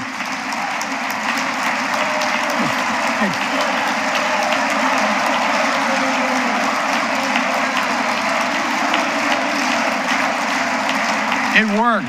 We created jobs, lots of jobs. In fact, our economy created over 6.5 million new jobs just last year. More jobs in 1 year than ever before in the history of the United States of America. The economy grew at a rate of 5.7 last year, the strongest growth rate in 40 years. And the first step in bringing fundamental change to our economy that hasn't worked for working people in this nation for too long. For the past 40 years, we were told The tax break for those at the top and benefits would trickle down and everyone would benefit. But that trickle-down theory led to a weaker economic growth, lower wages, bigger deficits, and a widening gap between the top and everyone else in nearly a century. Look, Vice President Harris and I ran for office, and I realize we have fundamental disagreements on this, but ran for office with a new economic vision for America. Invest in America, educate Americans, grow the workforce, build the economy from the bottom up and the middle out, not from the top down, because we know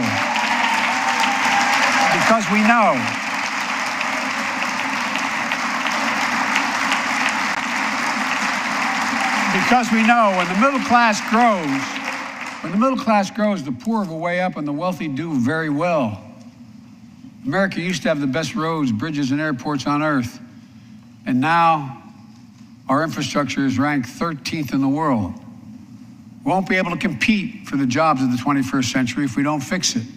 That's why it was so important to pass the bipartisan infrastructure law. And I thank my Republican friends who joined to invest and rebuild America, the single biggest investment in history. It was a bipartisan effort, and I want to thank the members of both parties who worked to make it happen. We're done talking about infrastructure weeks. We're now talking about an infrastructure decade. And look, it's going to transform America, to put us on a path to win the economic competition of the 21st century that we face with the rest of the world, particularly China. I told Xi Jinping, it's never been a good bet to bet against the American people. We'll create good jobs for millions of Americans, modernizing roads, airports, ports, waterways, all across America. And we'll do it to withstand the devastating effects of climate change and promote environmental justice. We'll build a national network of 500,000 electric vehicle charging stations. Begin to replace the poisonous lead pipes so every child, every American has clean water to drink at home and at school. We're going to provide affordable, high-speed internet for every American, rural, suburban, urban, and tribal communities. 4,000 projects have already been announced. Many of you have announced them in your districts. And tonight, I'm announcing that this year, we will start fixing over 65,000 miles of highway and 1,500 bridges in disrepair. And folks,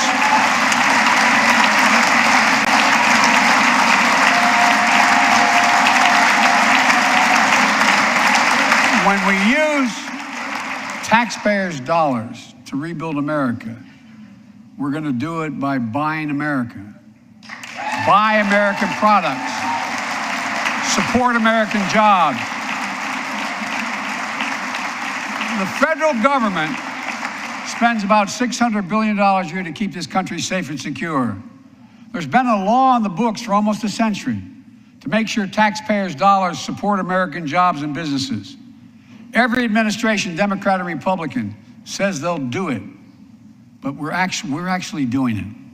We'll buy America to make sure everything from the deck of an aircraft carrier to the steel on highway guardrails is made in America from beginning to end. All of it, all of it.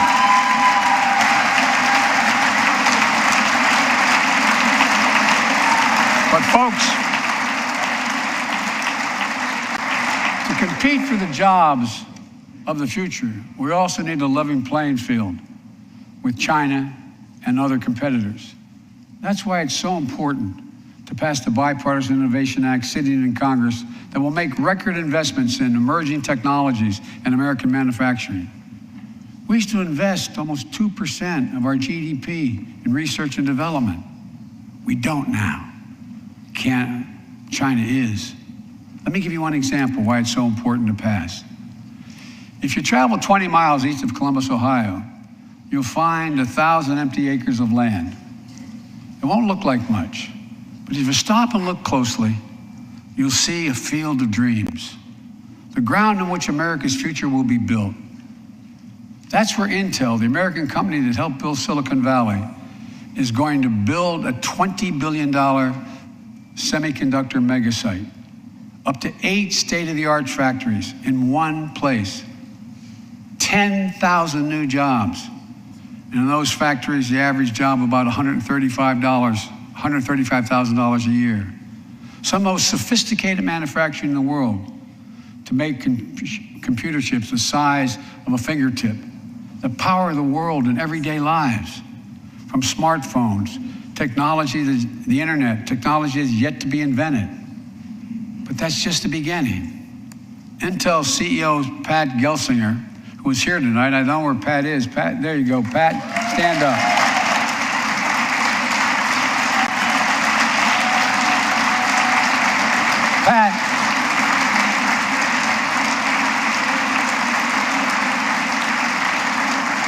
Pat came to see me and he told me they're ready to increase their investment from $20 billion to $100 billion. That would be the biggest investment in manufacturing in American history. And all they're waiting for is for you to pass this bill. So let's not wait any longer.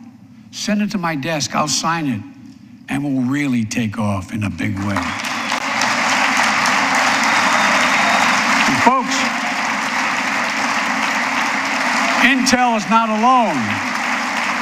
There's something happening in America. Just look around and you'll see an amazing story. The rebirth of pride that comes from stamping products made in America. The revitalization of American manufacturing. Companies are choosing to build new factories here when just a few years ago they would have gone overseas. That's what's happening.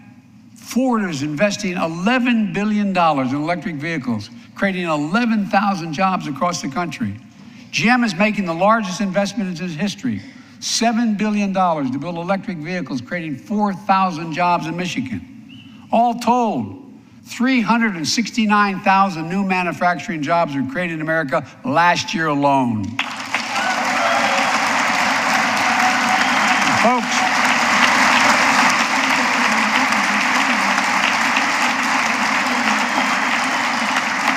powered by people I've met like JoJo Burgess from generations of union steelworkers in Pittsburgh, who's here with us tonight. Where are you, JoJo? There you go. Thanks, buddy.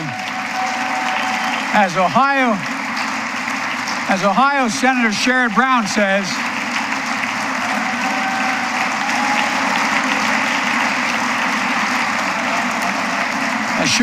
says, it's time to bury the label Rust Belt. It's time to see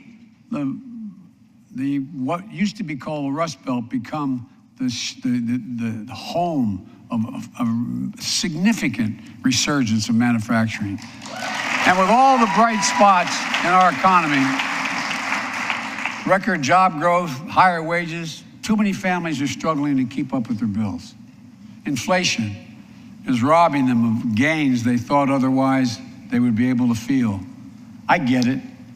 That's why my top priority is getting prices under control. Look, our economy roared back faster than almost anyone predicted. But the pandemic meant that businesses had a hard time hiring enough people because of the pandemic to keep up production in their factories.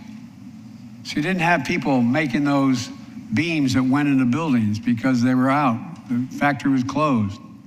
The panic also disrupted the global supply chain. Factories close. When that happens, it takes longer to make goods and get them to the warehouses, to the stores, and prices go up. Look at cars last year. 1/3 of all the inflation was because of automobile sales. There weren't enough semiconductors to make all the cars that people wanted to buy. And guess what? Prices of automobiles went way up, especially used vehicles as well. And so we have a choice. One way to fight inflation is to drive down wages and make Americans poorer. I think I have a better idea to fight inflation. Lower your costs, not your wages. Folks,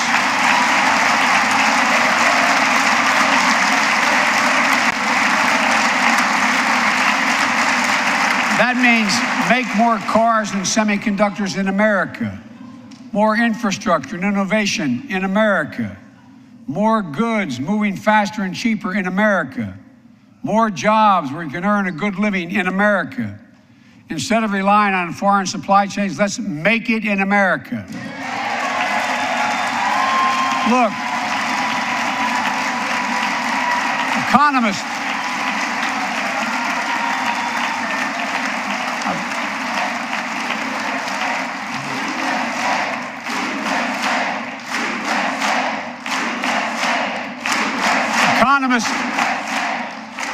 call this increasing the productive capacity of our economy.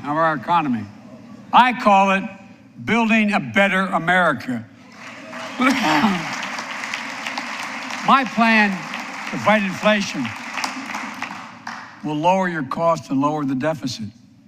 17 Nobel laureates in economics said my plan will ease long-term inflationary pressures.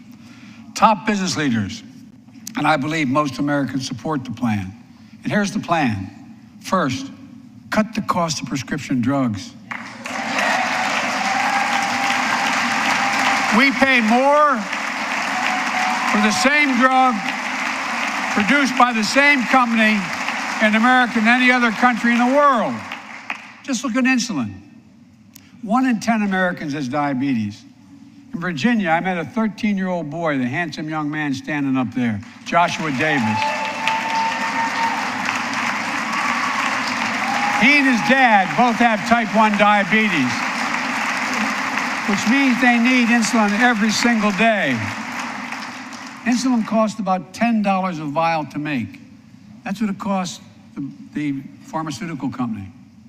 But drug companies charge families like Joshua and his dad up to 30 times that amount. I spoke with Joshua's mom. Imagine what it's like to look at your child who needs insulin to stay healthy and have no idea how in God's name you're going to be able to pay for it. What it does to your family, but what it does to your dignity, your ability to look your child in the eye, to be the parent you expect yourself to be. I really mean to think about that. That's what I think about. You know, yesterday, Joshua's here tonight, but yesterday was his birthday. Happy birthday, buddy, by the way. For Joshua and 200,000 other young people with type 1 diabetes, let's cap the cost of insulin at $35 a month so everyone can afford it. And drug companies will do very, very well, their profit margin.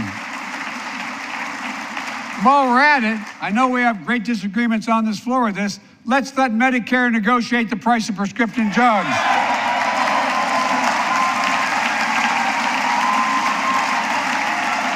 They already set the price for VA drugs. Look, the American Rescue Plan is helping millions of families with Affordable Care Act plans to save them $2,400 a year on their health premiums. Let's close the coverage gap and make these savings permanent. And second, let's cut energy costs for families, an average of $500 a year by combating climate change. Let's provide an investment tax credits to weatherize your home and your business, to be energy efficient and get a tax credit for it. Double America's clean energy production in solar, wind, and so much more. Lower the price of electric vehicles, saving another $80 a month that you're not going to have to pay at the pump. Folks,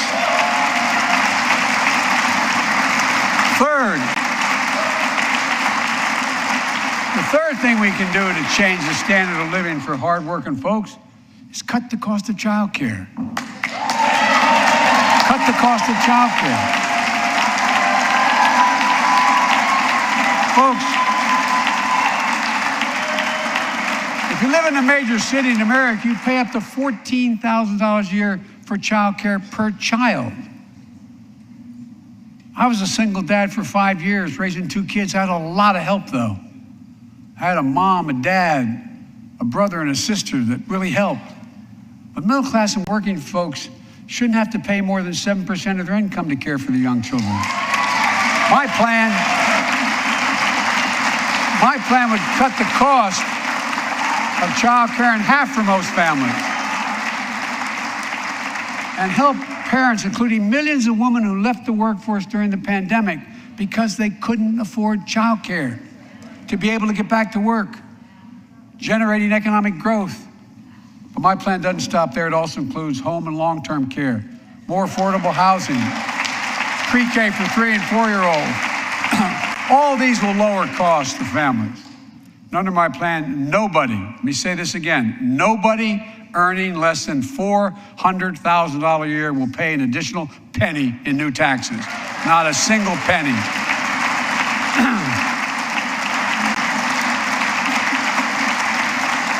I may be wrong, but my guess is if we took a secret ballot in this floor, that we'd all agree that the present tax system ain't fair. We have to fix it. I'm not looking to punish anybody, but let's make corporations and wealthy Americans start paying their fair share. Look, last year,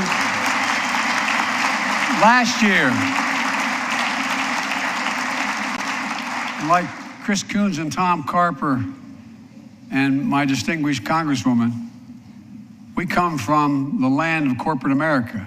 There are more corporations incorporated in America than every other state in America combined. And I still won 36 years in a row. The point is, even they understand you should pay just a fair share. Last year, 55 of the Fortune 500 companies earned $40 billion in profit and paid zero in federal taxes. Now look, it's not fair. That's why I proposed the 15% minimum tax rate for corporations.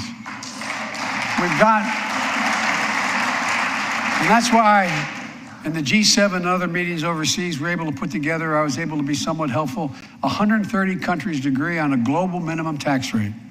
So companies can't get out of paying their taxes at home by shipping jobs and factories overseas. It'll raise billions of dollars. That's why I propose closing loopholes for the very wealthy who pay a lower tax rate than a teacher and a firefighter. So that's my plan, but we'll go in more detail later. We will grow the economy, lower the cost of families. So what are we waiting for? Let's get this done. We all know we've got to make changes. Folks,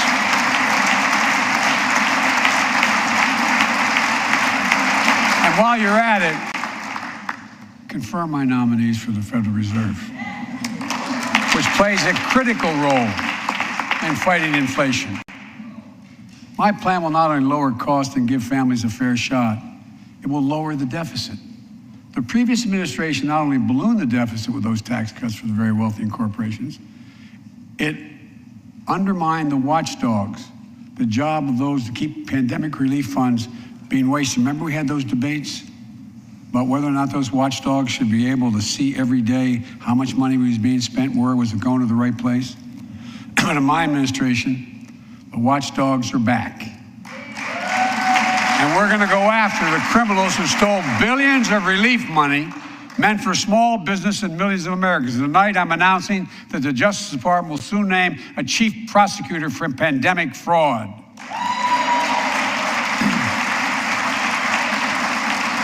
And look,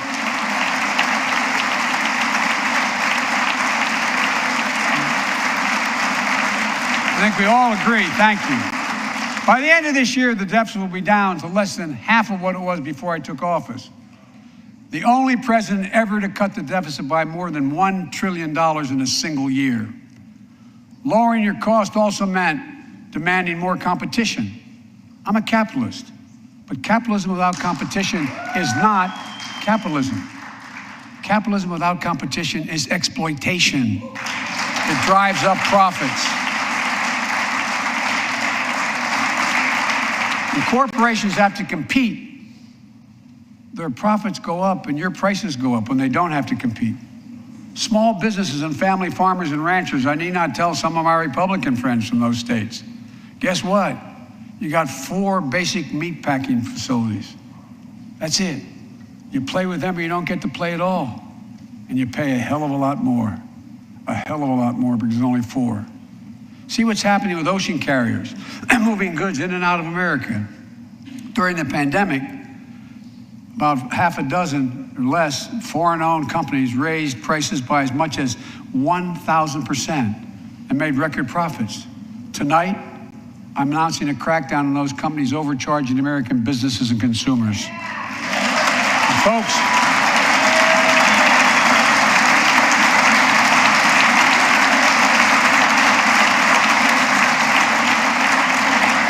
and as Wall Street firms take over more nursing homes, quality in those homes has gone down and costs have gone up.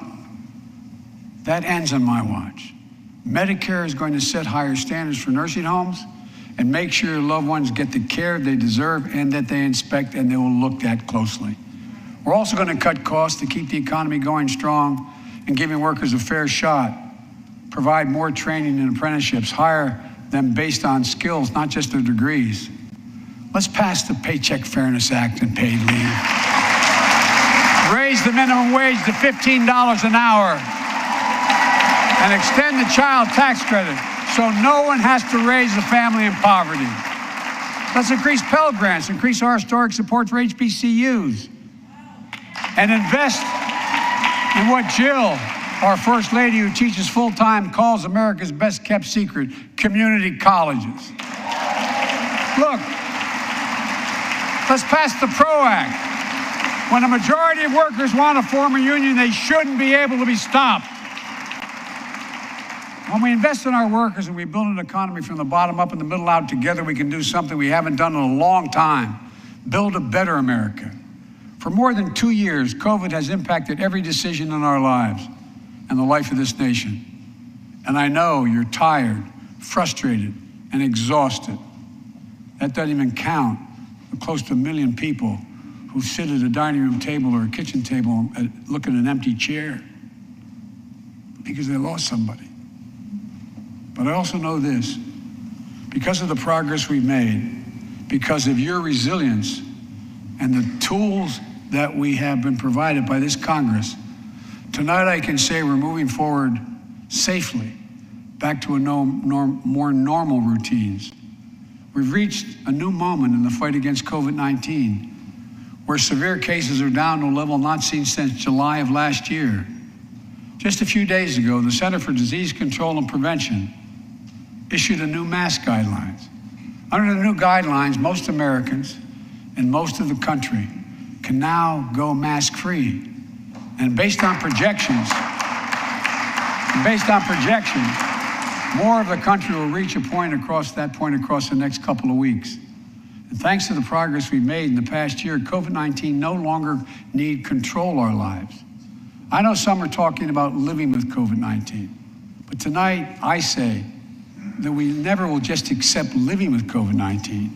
We'll continue to combat the virus as we do other diseases. And because this virus mutates and spreads, we have to stay on guard. And here are 4 common sense steps as we move forward safely, in my view.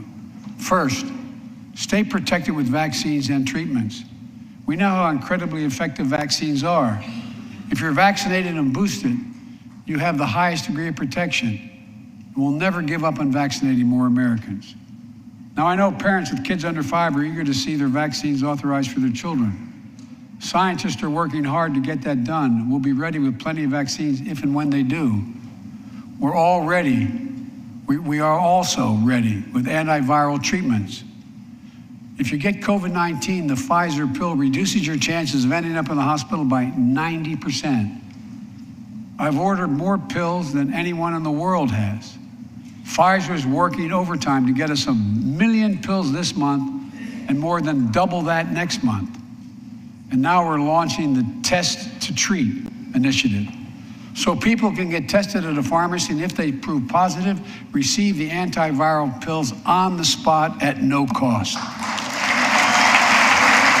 Folks, if you're immunocompromised or have some other vulnerability, we have treatments and free high-quality masks. We're leaving no one behind or ignoring anyone's needs as we move forward.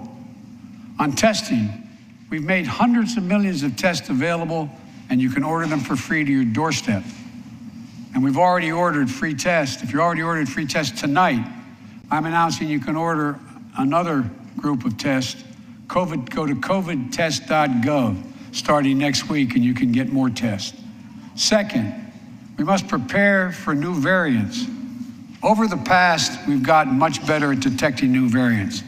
If necessary, we'll be able to develop new vaccines within 100 days instead of maybe months or years. And if Congress provides the funds we need, we'll have new stockpiles of tests, masks, pills ready if needed. I can't promise a new variant won't come, but I can promise you we'll do everything within our power to be ready if it does. Third,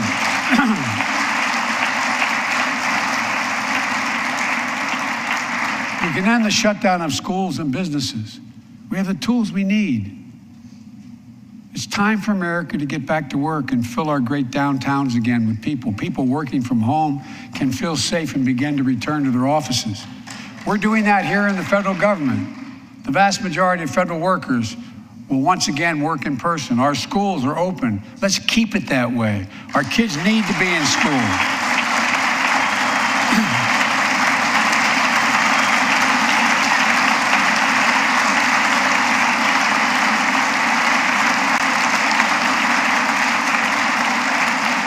With 75% of adult Americans fully vaccinated and hospitalizations down by 77%, most Americans can remove their masks and stay in the classroom and move forward safely.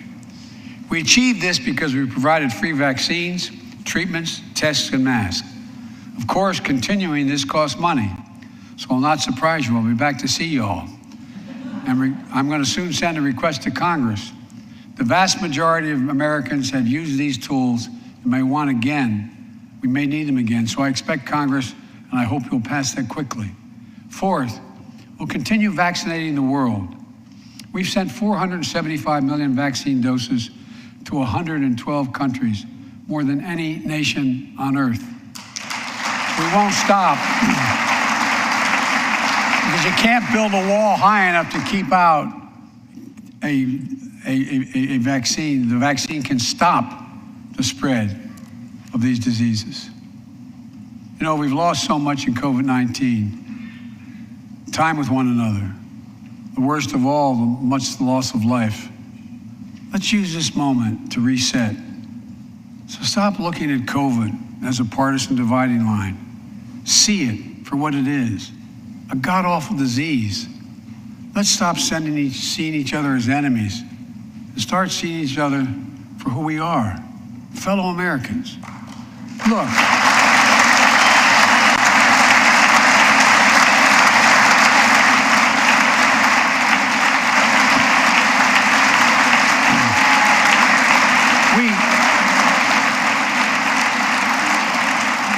We can't change how divided we've been. It was a long time in coming. But we can change how to move forward on COVID-19 and other issues that we must face together. I recently visited New York City Police Department days after the funerals of Officer Wilbur Mora and his partner, Officer Jason Rivera. They were responding to a 9/11 call when a man shot and killed them with a stolen gun. Officer Mora was 27 years old. Officer Rivera was 22 years old. Both Dominican Americans who grew up in the same streets that they later chose to patrol as police officers. I spoke with their families, and I told them that we were forever in debt for their sacrifices, and will carry on their mission to restore the trust and safety of every community deserves. Like some of you that have been around for a while, I've worked with you on these issues for a long time. I know what works. Investigating crime prevention and community policing, cops who walk the beat, who know the neighborhood, and who can restore trust and safety. Let's not abandon our streets or choose between safety and equal justice. Let's come together and protect our communities, restore trust, and hold law enforcement accountable. That's why the Justice Department has required body cameras, banned chokeholds, and restricted no-knock warrants for its officers. That's why the American Rescue Plan that you all provided $350 billion that cities, states, and counties can use to to hire more police, invest in more proven strategies.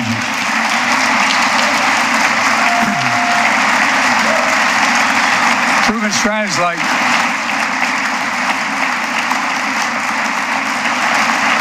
strategies like community violence interruption, trusted messengers, breaking the cycle of violence and trauma, and giving young people some hope. We should all agree the answer is not to defund the police, it's to fund the police. Fund them. Fund them.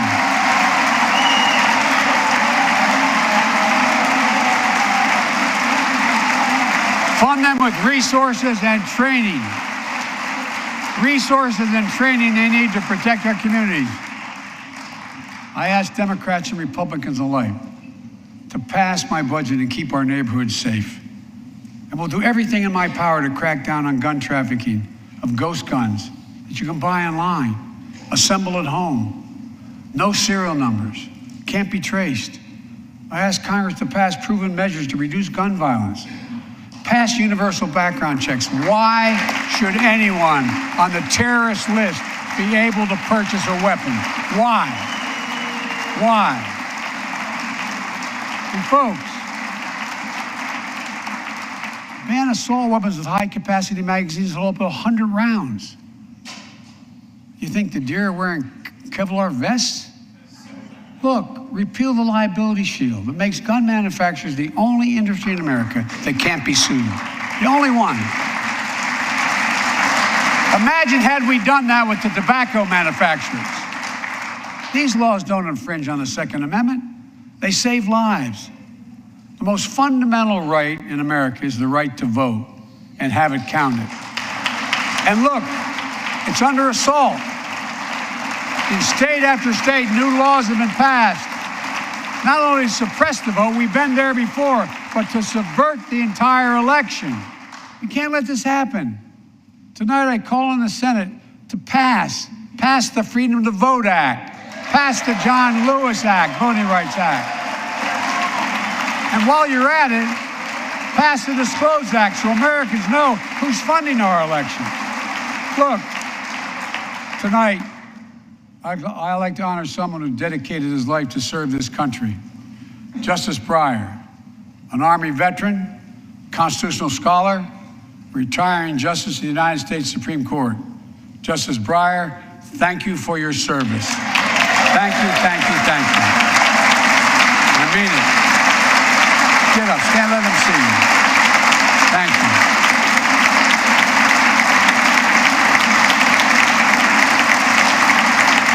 We all know, no matter what your ideology, we all know one of the most serious constitutional responsibility a president has is nominating someone to serve on the United States Supreme Court. As I did 4 days ago, I've nominated the Circuit Court of Appeals, Ketanji Brown Jackson, one of our nation's top legal minds, who continue in Justice Breyer's legacy of excellence. A former top litigator in private practice, a former federal public defender, from a family of public school educators and police officers. She's a consensus builder. Since she's been nominated, she's received a broad range of support, including the Fraternal Order of Police and former judges supported by Democrats and Republicans. Folks, if we're to advance liberty and justice, we need to secure our border and fix the immigration system.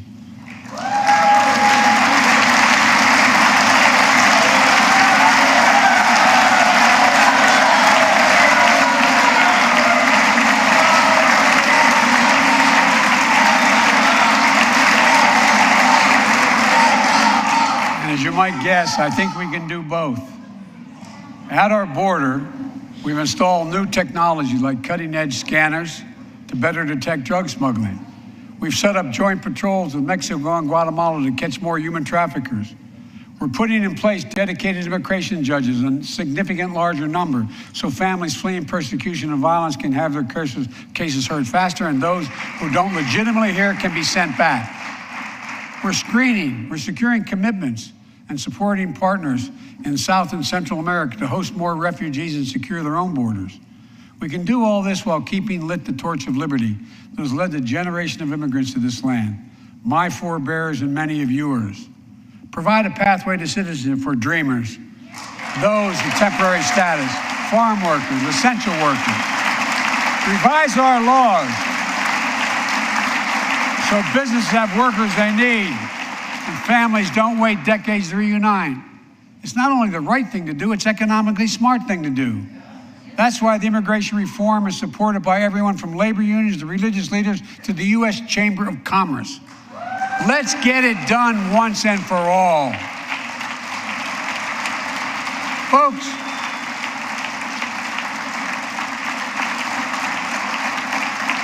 advancing liberty and justice also requires protecting the rights of women.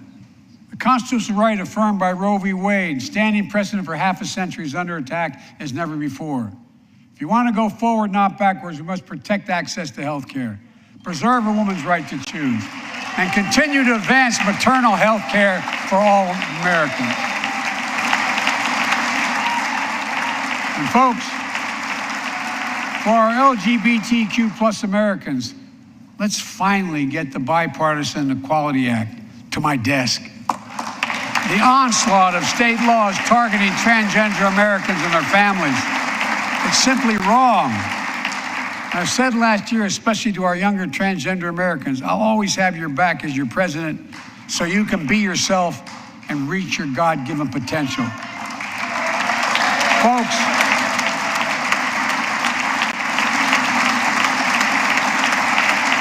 as I've just demonstrated, while it often appears we do not agree, and that we do agree on a lot more things than we acknowledge. I signed 80 bipartisan bills into law last year, from preventing government shutdowns, to protecting Asian Americans from still too common hate crimes, to reforming military justice, and will soon be strengthening the Violence Against Women Act that I first wrote 3 decades ago. It's important.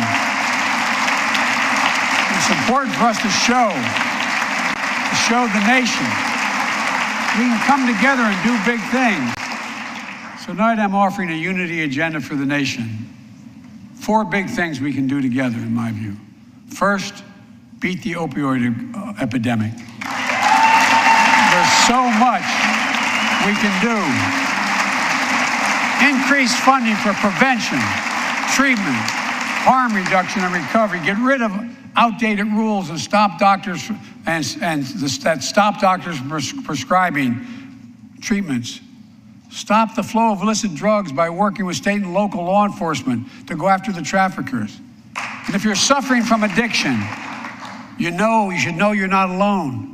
I believe in recovery, and I celebrate the 23 million Americans in recovery. Second, let's take on mental health, especially among our children whose lives and education have been turned upside down. The American Rescue Plan gave schools money to hire teachers and help students make up for lost learning. I urge every parent to make sure your school does just that. They have the money. We can all play a part.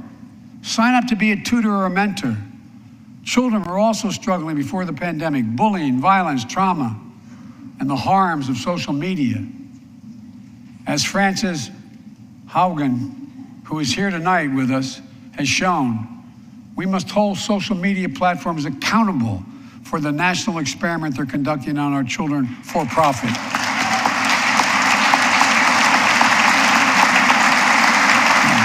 Folks, thank you. Thank you for the courage you showed. It's time to strengthen privacy protections, ban targeted advertising to children, demand tech companies stop collecting personal data on our children, and let's get all Americans the mental health services they need. More people can turn for help, and full parity between physical and mental health care if we treat it that way in our insurance. Look,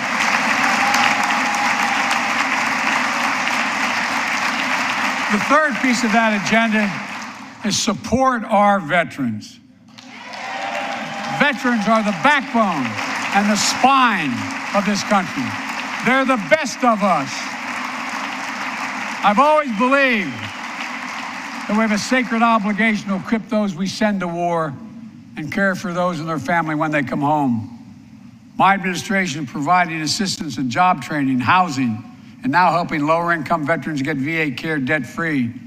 And our troops in Iraq and Afghanistan have faced many dangers, one being stationed at bases breathing in toxic smoke from burn pits. Many of you have been there. I've been in and out of Iraq and Afghanistan over 40 times. These burn pits that incinerate waste, the waste of war, medical and hazardous material, jet fuel, and so much more. And they come home, many of the world's fittest and best trained warriors in the world, never the same. Headaches, numbness, dizziness.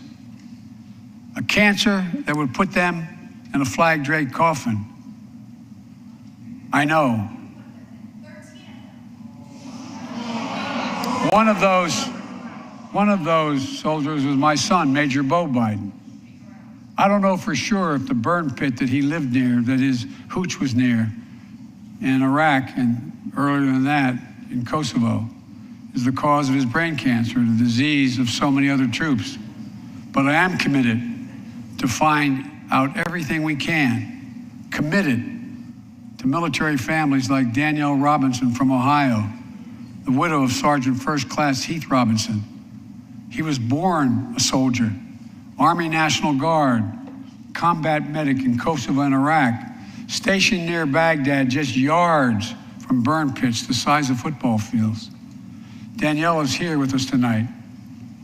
They love going to Ohio State football games.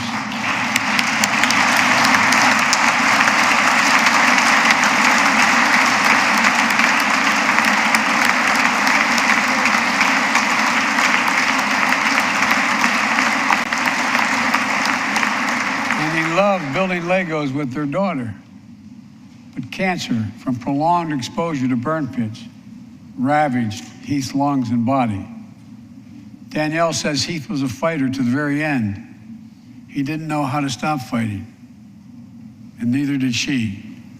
Through her pain, she found purpose to demand that we do better. Tonight, Danielle, we are going to do better. The VA is pioneering new ways of linking toxic exposure to disease, already helping more veterans get benefits. And tonight, I'm announcing we're expanding eligibility to veterans suffering from 9 respiratory cancers. I'm also calling on Congress to pass a law to make sure veterans devastated by toxic exposure in Iraq and Afghanistan finally get the benefits and the comprehensive health care they deserve.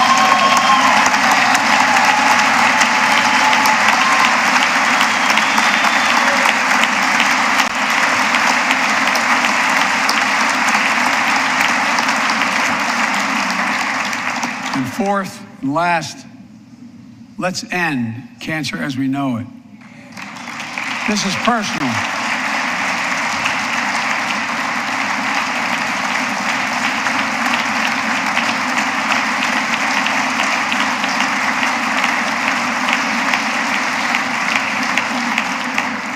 This is personal to me and to Jill and to Kamala and so many of you. So many of you have lost someone you love. Husband, wife, son, daughter, mom, dad. Cancer is the #2 cause of death in America, second only to heart disease. Last month, I announced the plan to supercharge the cancer moonshot that President Obama asked me to lead 6 years ago. Our goal is to cut cancer death rates by at least 50% over the next 25 years, and I think we can do better than that. Turn cancers from death sentences into treatable diseases. More support for patients and their families. To get there, I call on Congress to fund what I called ARPA-H, Advanced Research Projects Agency for Health, patterned after DARPA in the Defense Department. Projects that led in DARPA to the internet, GPS, and so much more to make our forces more safer and be able to wage war with more clarity. ARPA will have a singular purpose: to drive breakthroughs in cancer, Alzheimer's and diabetes, and more. A unity agenda for the nation. We can do these things. It's within our power, and I don't see a partisan edge to any one of those four things. My fellow Americans, tonight,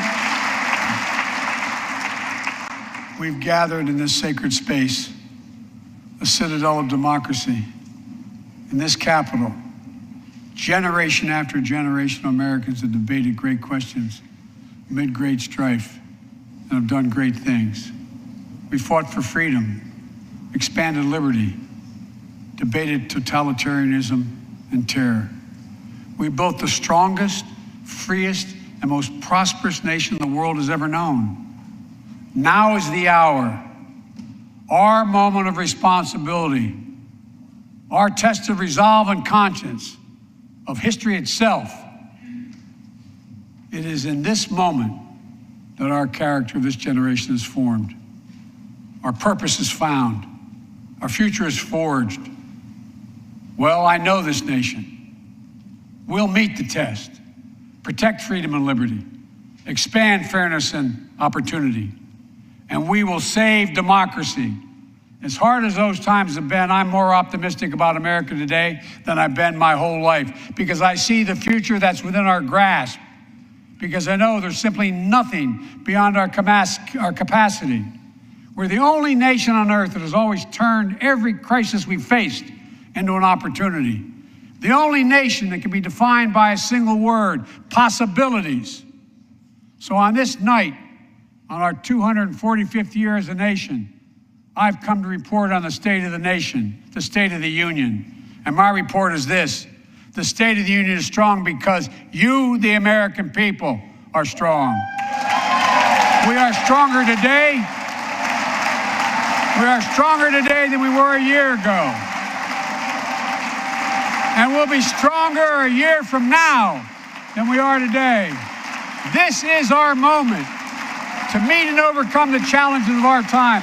And we will, as one people, one America, the United States of America. God bless you all, and may God protect our troops. Thank you. Go get him.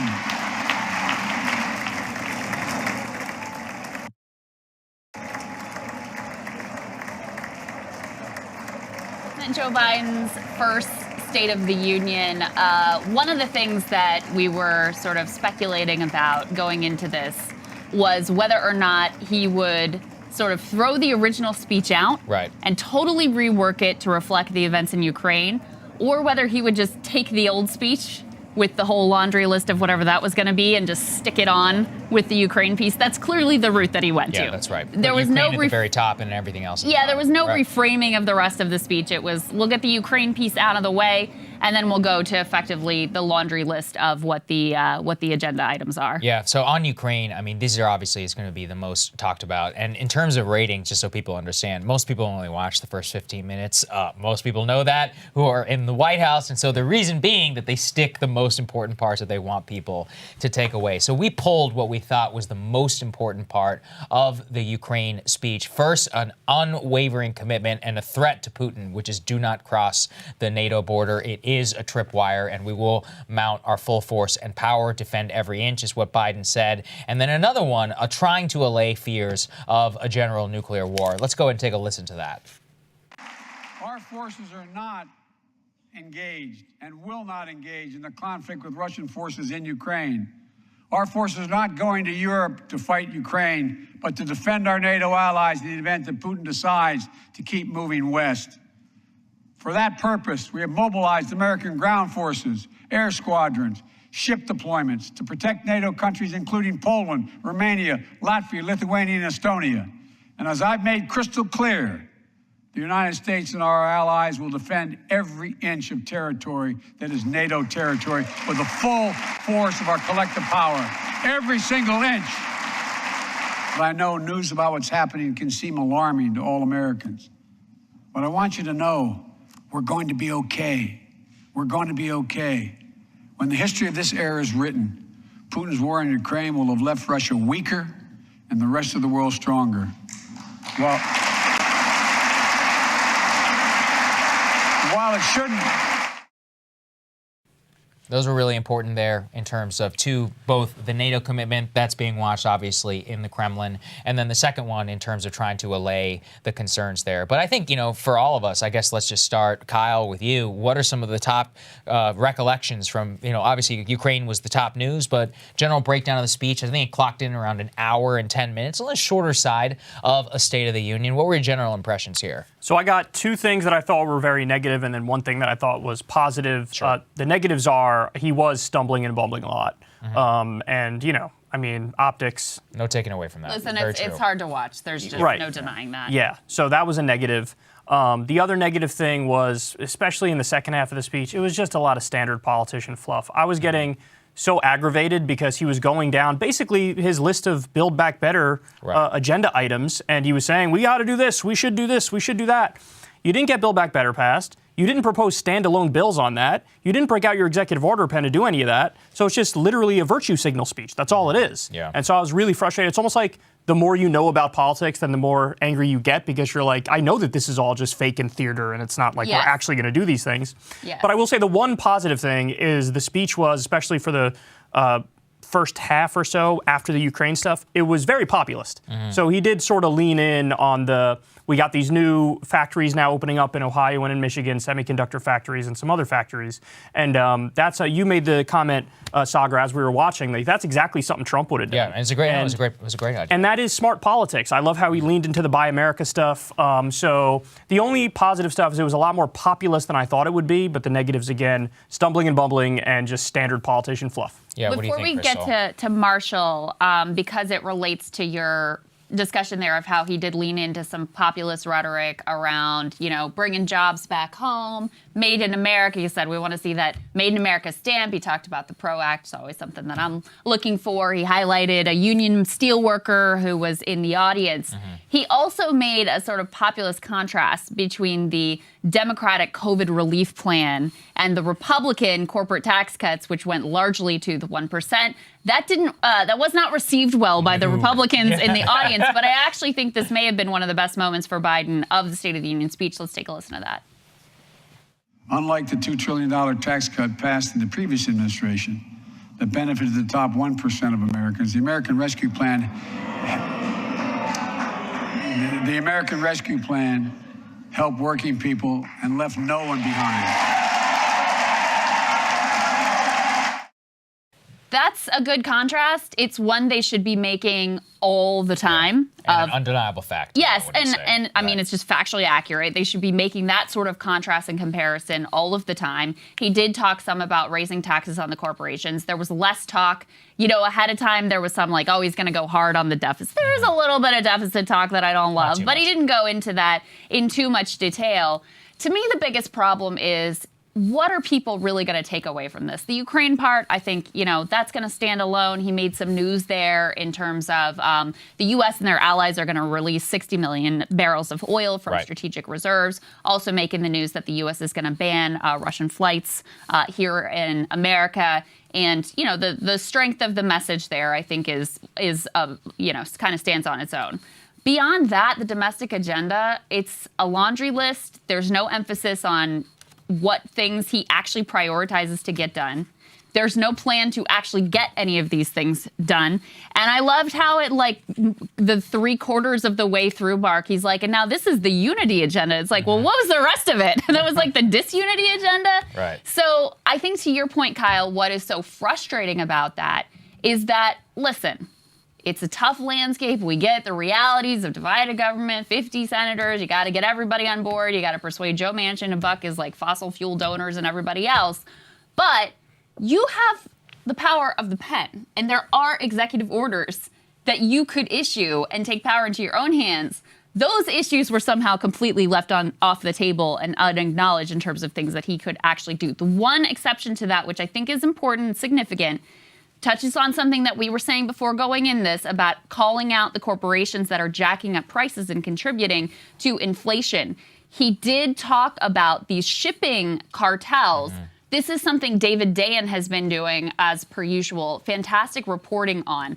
Apparently, the shipping industry, the ocean shipping industry, is now dominated by 3 alliances. Those 3 cartels make up 80% of the global shipping industry. That is massively up from 30% as recently as 2011. So Biden very clear on actions they were going to take. That is an area where he has the ability to take more aggressive actions and potentially have an impact. So that part I did like. Yeah, what did you think, Marshall? What were your main takeaways from the speech? Yeah, 2 things based on what Krystal and Kyle said. So number 1 would be the Ukraine statement did exactly what it needed to say. It said, this is not a person who thinks he's in this weird manliness battle with Vladimir Putin. This is the person who very much, and this is hard, like actually has his finger, and I think on a personal level, on the pulse of winning, like you all said, first thing tomorrow morning, and that is what my agenda is.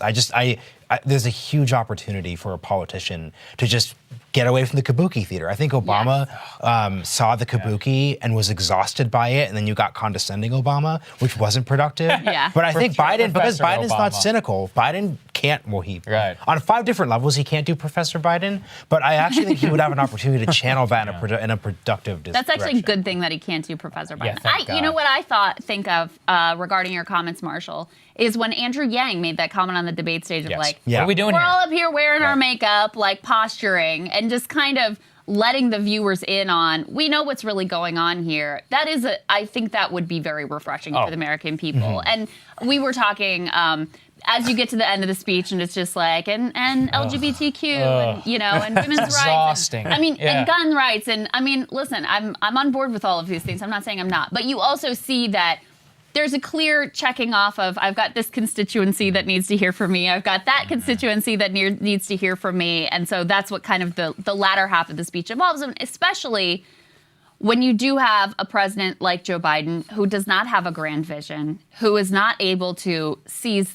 the moment of what's happening with Russia and Ukraine and say, this is why we have to have this agenda at home, why I'm going to introduce, whether it's a nuclear New Deal or something that people can really lean into. He just, he doesn't have that vision. He's never had that vision. His political ideology is like a basket of sort of like anecdotes and truisms and whatever Lindsey Graham will agree to. Right. I'll start with the good part. And I do want to give good credit for this. And the Intel factory, we spent time here on Breaking Points and specifically made a point to do a good news segment because this is one of the seminal, most important pieces of American manufacturing that is coming here and is because of U.S. government policy. Biden did exactly what any American president should do, including what Trump would have done.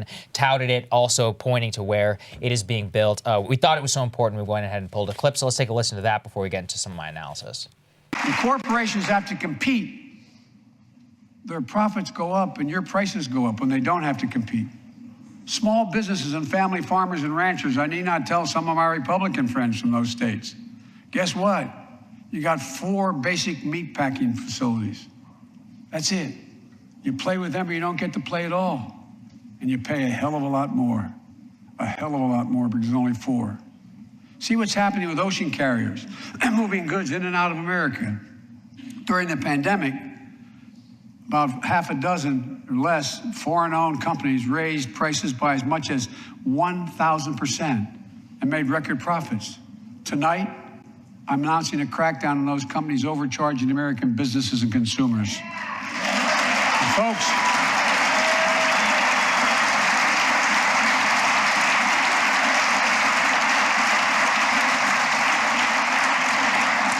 as Wall Street firms take over more nursing homes, quality in those homes has gone down and costs have gone up.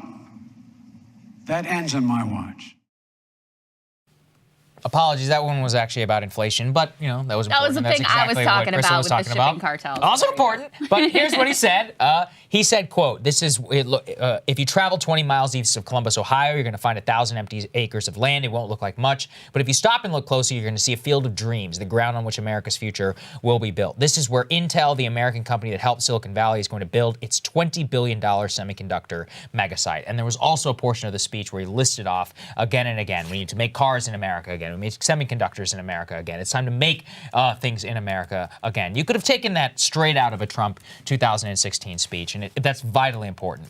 On the bad part, look, there's no getting around it on the delivery. And, you know, we have to be sensitive in the way that we talk about it. But he had significant stumbling, slurring of his words at certain points. And it's difficult to watch. It really is one of those moments where you're watching an older person and it's just hard to see, especially when this is the president of the United States. And you think, oh man, he got 3 more years of this. He's got to stay in his term. And I don't say this in a disrespectful manner. It's just simply a manner of observation. At times, the speech was good. Otherwise, we have, you know, interruptions of stuttering, of coughing. You're going to see that on Fox News all day long. So it's a significant part, and we can't downplay that. But from a policy perspective, here was my biggest problem, which is that on the energy side, and again, I do believe this is where we have a potential bipartisan coalition.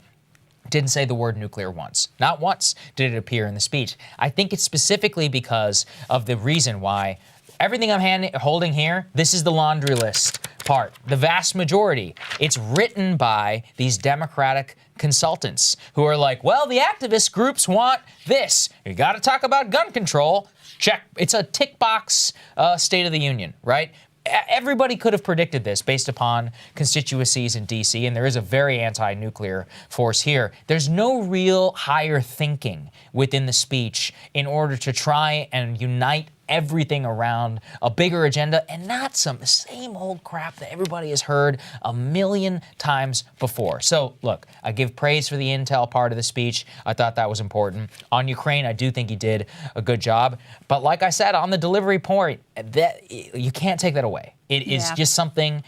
You know, what polls have we done on the show? The vast majority of Americans think that Biden has, you know, lost a step. I mean, we There's just talked about in the pre-show Gallup, the number one issue for people is economy, and the number 2 is like government leadership, yes, which kind of ties like into a nebulous term, but it means something. Yes, right? So what you're saying there, one thing that struck me is, you know, we were reading through the text of the speech while he's delivering it, and it was very clear this was one of the excerpts that they released to the press ahead of time. Right. On inflation, this was supposed to be a line that he goes in for and that he nails, and all the Democrats are like, yes, yay, that was amazing.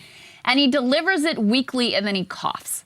So it's, I mean, those are the sort of things that, look, it's that was supposed to be a moment. That was supposed to be a crescendo in the speech. He's unable to do it. And you can say it's theatrics and it's political, you know, it's just optics and whatever. But listen, when people are looking at their president and wondering if this person is going to be able to avert nuclear war, these are the sort of signs and signals that they may be considering in that context. I mean, listen, to me, given what is happening overseas, there's a very clear agenda that you could lay out that ties in 3 things that he did to a small degree in this speech and make those the major focuses. We need to make things in America. I mean, beef that section up. Yes, he talked about it. Make that one whole theme of the speech. Number 2, we have to end our dependence on fossil fuels. This is making us vulnerable in terms of national security. It's causing you to have to pay more at the pump. We need to state now clearly this is where we're going and do more of the calling out the corporations over inflation that we saw there. When you have those pieces as part of like 1,000 other things, it all gets lost, and none of that was connected back to what people are seeing day in and day out in the news right now with regards to Russia and Ukraine. Look, if he actually meant a lot of the stuff he said there, I'd be out here defending him. Like, if I thought he was fighting even a little bit for the stuff he listed as his agenda in like the second half of it, I'd be defending him. But we know he didn't. We know that they delinked the bills. We know only the weak infrastructure bill got passed, and Build Back Better died, and Manchin went back on his word, and Pramila Jayapal, and a lot of the progressives look stupid except a handful who said, I'm not voting for that thing. You guys aren't sticking by the original deal. So, but that's the thing is, again, it all goes back. It's just a virtue signal speech. Now, I will say one more thing. Some of the mess ups that he had, I tweeted about 2 of them. One of them, he was talking about the issue with opioid overdoses and fentanyl, and he said, stop doctors prescribing treatments. Yeah, right. That was weird.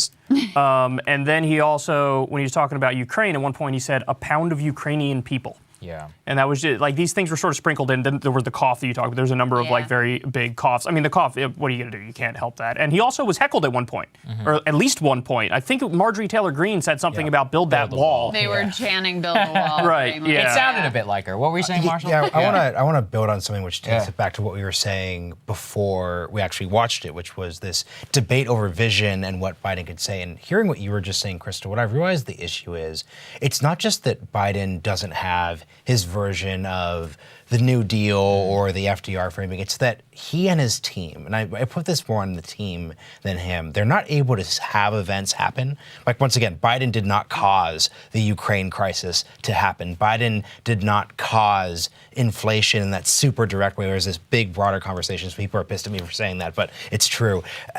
But he needs to be, as an effective politician, someone who could take those events and tell a story about those events and translate them into an agenda.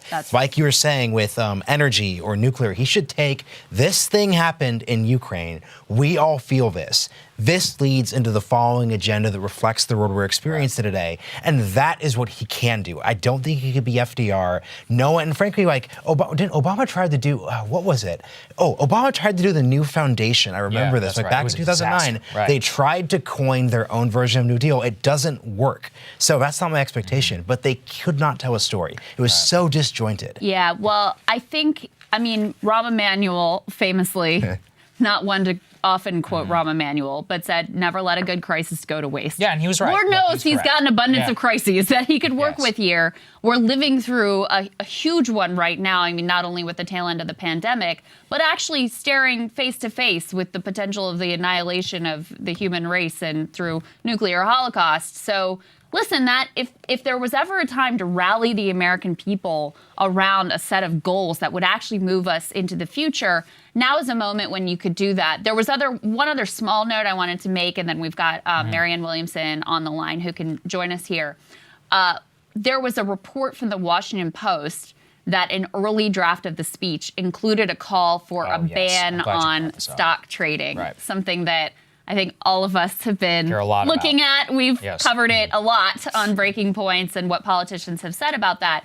Now, Biden, to his credit, his entire time in the Senate, it was his policy to not buy and trade stocks. So he has a lot of credibility on that issue, and yet somehow, somewhere along the lines, that didn't make it into the laundry list. All these other things, which are not going to happen, are in the laundry list, and this issue, which has bipartisan interest and bipartisan legislation that could actually potentially be passed, gets pulled from the speech. Yeah, so instead we got a piece on banning targeted ads for kids based on huckster Frances Haugen from the Facebook whistleblower. Oh, cool. Yeah, I'm really glad that portion made it in here on the last part. Look, obviously that's a totally ridiculous thing that it got taken out. I think we all know she was sitting up there on the dais and probably took it out. Nancy's got some trades.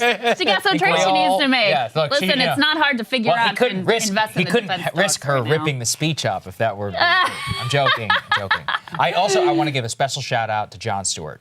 Burn pits did make it into the State of the Union in terms of getting funding to those veterans. Never would have happened without Jon Stewart, without his tireless activism on this and pressing the VA secretary, making him look like a complete fool in that interview. Getting something mentioned in the President's State of the Union is a tremendous win whenever it comes to that level of activism. So, John, and for the many vets out there who suffered, I'm sorry that it took 15 freaking years and a bunch of activism, but it did finally at least make it in there. Now let's make the next State of the Union for the stock trading ban. We've got to get it in there. Yeah. Because without it, I don't think it has a prayer. At least Havana syndrome was not mentioned. That's right. So That's right.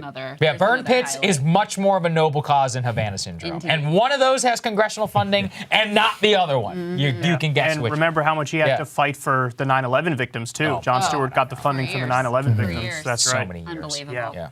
All right, guys, let's go ahead and bring in Marianne Williamson. She, of course, is a former presidential candidate. She also has a Substack called Transform with Marianne Williamson, where you can find many of her thoughts. I highly recommend that you do that. Great friend of all of us. Great to see you, Marianne. Good to see you, Marianne. Oh, it's always good to see you. Thank you. Thank you. Yeah, our pleasure. So just give us your high-level thoughts. What were your big takeaways from the speech? Maybe your sort of like highlights and lowlights.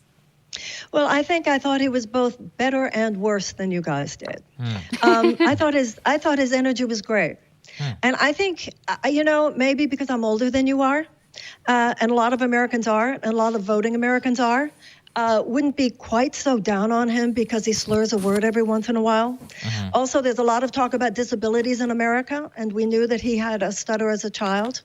So I don't know. I think his energy actually was quite wonderful. I thought he had just the right tone about Ukraine.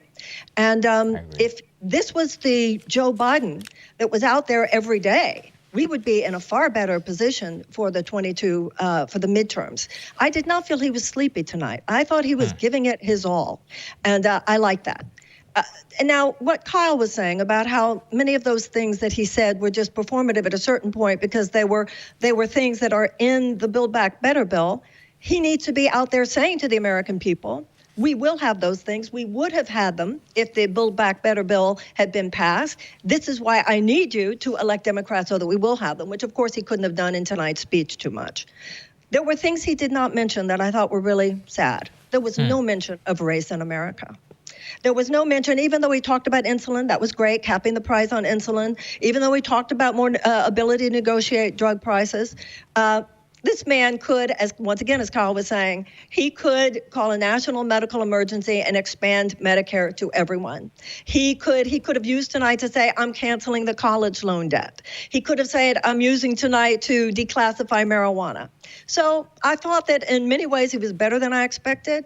But the man is not, the things that are disappointing to me, not that I would have expected it to be much different. Even at the beginning, when he said, what the American Rescue Plan did. What the American Rescue Plan did was to give people a temporary fix for what has become a permanentized structural economic injustice in this country. And I don't think he lives in a world, in his own experience and in his own mind, where he sees how structurally unjust the system has become. But in terms of the worldview that he does have, where he's trying to fix it for some people, I actually think he did better tonight than I would have expected. That's interesting. Marianne, what you've always done a very good job of, especially during the campaign, was connecting, Bailey politics to a kind of a higher level of the way that people are feeling about the country. We led into the show talking about how a record number of Americans would rate the economy as poor, say that the country's simply on the wrong track. I personally didn't feel as if there was enough in the speech in order to speak directly to that feeling. What was your assessment on that front? Well, you know what, Saagar? He lives in a world where he doesn't think America is on the wrong track. He is part of the ruling elite privileged classes of America for whom America's okay. And even though he says he understands, like when he talked at the beginning about how, when he was a kid and prices went up on food and he really understood the pain of that. Once again, I think he does understand immediate instances of pain. What he doesn't understand is the chronic economic despair. And that has been a problem. And, he was vice president to Obama. It's an elite class of Americans who think we'll fix it for you here, we'll fix it for you there, but we don't want to challenge the underlying forces that make the return of all this pain inevitable, because then we would be challenging all that corporate ownership of the basic tools of government.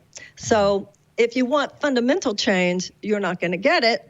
But if you want more immediate change and that peripheral change, I think he's trying his best. But he needs to go further. And if he doesn't go further, we also won't have the House or the Senate for the Democrats in 2022.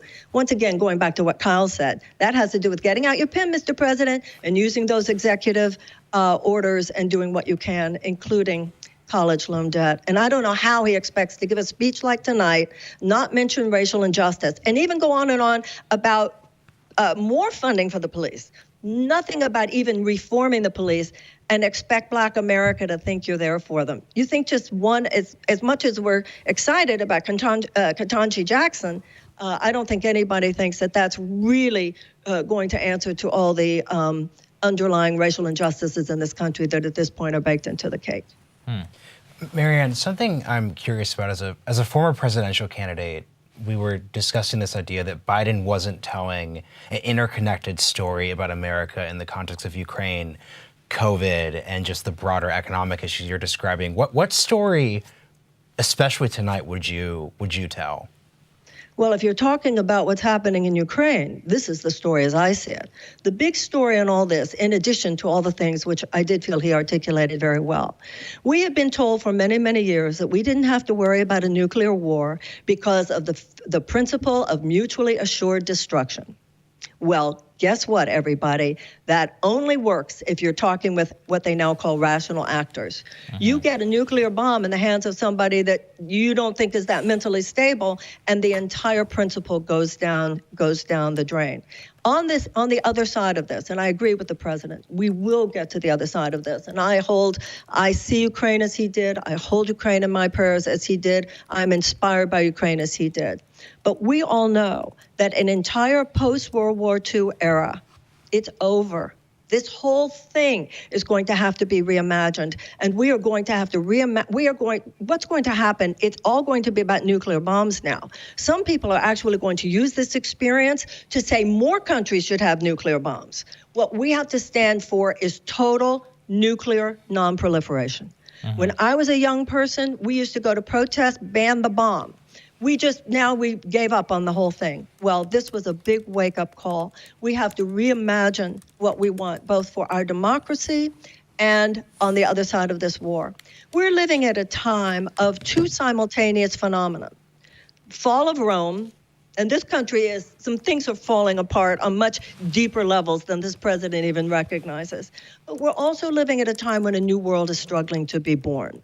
So my answer to your question is that he is not compelling the American imagination to imagine what could be on the other side of this era.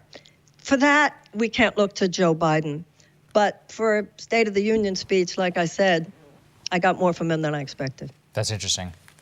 Yeah, just so everybody knows, this is a random point here, but I had to throw it out because I just saw it on Twitter.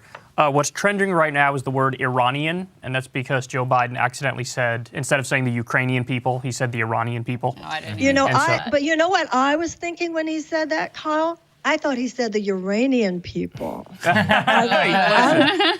might have. Ukrainian, I guess that's Ukrainian. better. Yeah. But once again, maybe because I'm older, give him a break. Yeah. I Give hear him you, a break but on that stuff, guys. you know what Listen, I'm reminded I of, don't though? think we can judge the president on a curve, though, personally. But here's the thing. You know what I'm reminded of, Marianne? I'm reminded of that very famous Howard Dean moment in 2004. Sure, the scream. When he ran for president and he was leading, and then he was at a rally and awkwardly was like, "Meow!" And the media just went to town on him for like weeks, and then he just plummeted and he was out of it. And I feel like the optics conversation, even though ultimately it is substanceless to some degree, on the other hand, it's like, well, what's the thing that's trending on Twitter right now? So I feel like those optics, even though it's a sad thing to say, it sort of, in many ways, is going to define the speech. Well, you might be right. And I remember being in a hotel room watching television when Howard Dean did that. And I knew, boy, it's over for him. I do remember that moment. But I would remind you that a lot of older Americans vote. And a lot of older Americans find themselves not able to come out with words quite the way they used to. That's a good point. I mean, and a lot of those older Americans aren't necessarily on Twitter, and it's, and also the disabilities issue. I thought we were supposed to be so sensitive these days. Yeah, I have to say, though, Marianne, I think that was kind of invented. He definitely had a stutter and dealt with that, but then he was fine during the Obama years. It's only as he's gotten beyond the Obama years and gone. I hear that. And remember also, because this is why I have to push back on this, during the Democratic primary, this was fair game to discuss. Andrea Mitchell on MSNBC. Andrea Mitchell, Right, remember yeah. Julian Castro went after him, Morning Joe was talking. And then suddenly once he was the nominee, it was like, oh, we can't say anything about this anymore. And it's really just a stutter, so don't worry about it. Listen, it sucks, but it does matter that you have a president who is vigorous, who is in good health, who is up to the moment. And we don't get to interact with him on a daily basis in the White House to know what that looks like. We only get these little bits. And let me also say, he doesn't make himself terribly available to the press in order to have more of a body of, work to judge from here. So I do think that optics matter. Is it the most important thing? Of course not. Yes, the substance absolutely. here, especially when we're facing a nuclear war, is what is most critical. And I hope that's what people take away from it. If I may, I think you're really right that it was a very legitimate conversation when he was running. It's just that tonight we were talking about his performance, and I don't know, I thought his energy was quite strong. So, Marianne, one more thing I wanted to ask you. I'm just seeing this now. Representative Lauren Boebert, apparently, I didn't catch this at the time. You guys could tell me if you did. But when Biden was talking about Afghanistan, he mentioned, 13 American flag-draped coffins coming back. And Lauren Boebert apparently screamed out, "You put them in, 13 of them," when he mentioned the flag-draped coffins coming back from Afghanistan. So she sort of heckled him about the deaths of American soldiers. Yeah. That's pretty low. Right. Well, everybody talked about the drone strikes and the horrors that happened with that exit. And believe me, I think the exit was done horribly. But I don't know what people thought we were doing there for the last 20 years. People were dying, and not just Americans, Afghans as well. So I don't think we could expect any more from Lauren Boebert. I think she was probably well behaved given what she's normally like.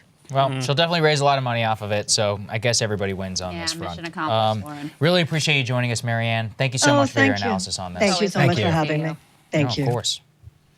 I think we also have Zed Jelani standing by, so go ahead and call me out on that control room if I'm incorrect. But we want to talk with him a little bit about COVID, and that's something that, like I said at the top in our analysis, we were like, we haven't really talked about COVID, and yet it did. 2 weeks ago was the most important issue in the entire country. So, Zed, I think we have a clip of this control room. I'm not sure exactly which one I'm calling for. I think it's the one ending school shutdowns, and I believe it is the last shot that I had listed for all of you. Zed, it's great to see you, by the way. Let's have a clip of this, and then we're going to get your reaction. We can end the shutdown of schools and businesses. We have the tools we need. It's time for America to get back to work and fill our great downtowns again with people. People working from home can feel safe and begin to return to their offices. We're doing that here in the federal government. The vast majority of federal workers will once again work in person. Our schools are open. Let's keep it that way. Our kids need to be in school.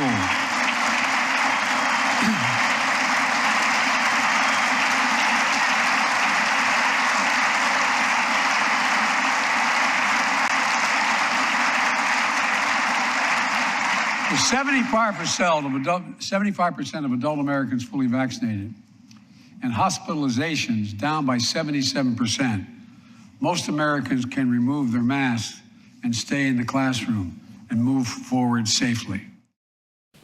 That's a significant pivot there that we have, Zed, on the politics. Nobody in the chamber, where at least not that I could see, wearing masks. I mean, things have changed completely overnight. You've been tracking a lot of this with the schools and whatnot. What do you make of this portion of the speech?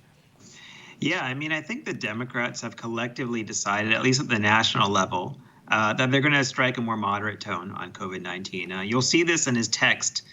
He says that COVID-19 need no longer control our lives, right? And then he quickly also covers the other flank by saying, I know some are talking about living with COVID-19. I say that we'll never just accept living with COVID-19. So he's trying to kind of cover both sides of it, but he's shifting more towards what's been the Republican position, right? Right. If you're living in most of Florida, you're saying, what are you talking about? We've been doing that for 6 months. We've been doing it since last summer. But if you're living in, let's say, New York or Connecticut, New Jersey, Virginia now is having its changes. These are new things to you, right? To be able to send your children to school without wearing masks, to be able to, in some parts of the country, go to a restaurant or go to a bar without a vaccine passport. A lot of these restrictions are sort of collectively being taken down now, I think, over the past 2 or 3 weeks. And I think that is a political pivot on the Democrat side, right? The virus didn't go anywhere. It hasn't necessarily changed in lethality or in form. But I think the Democrats have acknowledged that a lot of the country does want to get to somewhat more of a normal position on this. I think that's a lot of why Joe Biden was elected in the first place, right? The last guy was introducing a lot of chaos into their lives in many different parts of society. And I think that part of returning to that normalcy is getting people to a position in a place where they don't have to feel deathly afraid of a virus all the time. They should take some precautions. But their children you don't have to send two-year-old kids into classrooms wearing masks where they don't even know what the faces of their teacher looks like or the other kids. And I think the Democrats were kind of drag kicking and screaming to that position. A month ago in Virginia, they were all accusing Glenn Youngkin, the Republican governor, of all sorts of nasty things about how he doesn't care about the welfare of children or vulnerable people. But I live in Northern Virginia, and I can tell you during this entire time, I was seeing packed restaurants and bars with maskless people. So I think part of this was just political. I think there had been a political culture created around a lot of these restrictions. And now the Democrats are moving into a position where I think they're going to disarm their side, right? They're going to say, hey, look, we can come to a reasonable compromise on this. And it's probably a wise move of their part. Maybe they should have done it 6 months ago. Probably would have been politically beneficial for them to do it. And I don't think it would have made much of a public health difference either, given the nature of the virus. So Zed, let me ask you this, because to what do you attribute that change? Because I just looked up the numbers now. There's a Washington Post poll that came out. This is February 20th to 24th. Americans prioritize controlling the spread of the virus more than ending restrictions. 58% of U.S. adults would prefer controlling the virus to having no restrictions. And then another poll, this was in early February, 56% of Americans want indoor mask mandates to continue. So, to what do we attribute this change in tone among the Democrats? Because, the number of daily COVID deaths, if you take a look at it, at the moment it is 1,859. That was, the last day we have. So we still have a high death rate. We have the American people still slightly leaning more in favor of some degree of restrictions. To what do you attribute the change among the Democrats? Because I agree with you that change is there. Yeah, I think you're right. And I think if you look at a lot of them, we're polling on a more fine-grained platform, you'll still find a lot of support for some restrictions, not necessarily the level of restrictions we had, I'd say, in 2020, but there is a lot of support, I think, for continued masking in some areas. I don't think the vaccine mandates have as much support as they have, particularly after the Supreme Court decision. But I think part of what attributes the change is actually election results, right?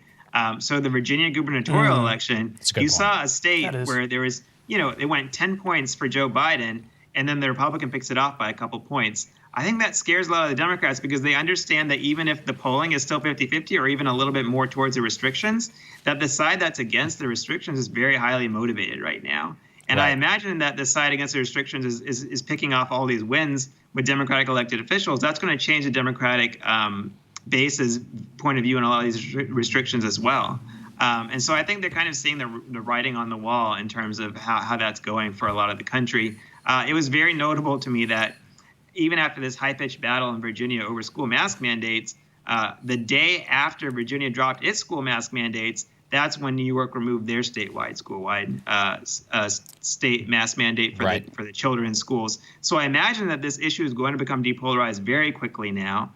I'm sure we'll continue to see waves of COVID. The virus is not going anywhere. And as you mentioned, quite a few people are still passing away from the virus, although those are still mostly elderly people who chose not to get vaccinated. And many of them have underlying health conditions. And so I think, something notable to point out in the substance of the policy of this issue is that Mexico today is doing a better job as a percentage of people who they're boosting than the United States is, right? Wow. What does that tell you? Well, we're fighting over masking 2-year-olds, and almost no 2-year-olds in the United States have even gotten a bad cold from COVID, let alone perished.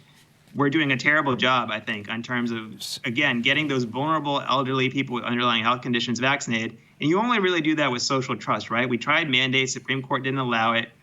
We tried fighting all sorts of culture wars over COVID. End of the day, we have to build trust about this. It's a virus. It doesn't care whether you're a Democrat or a Republican.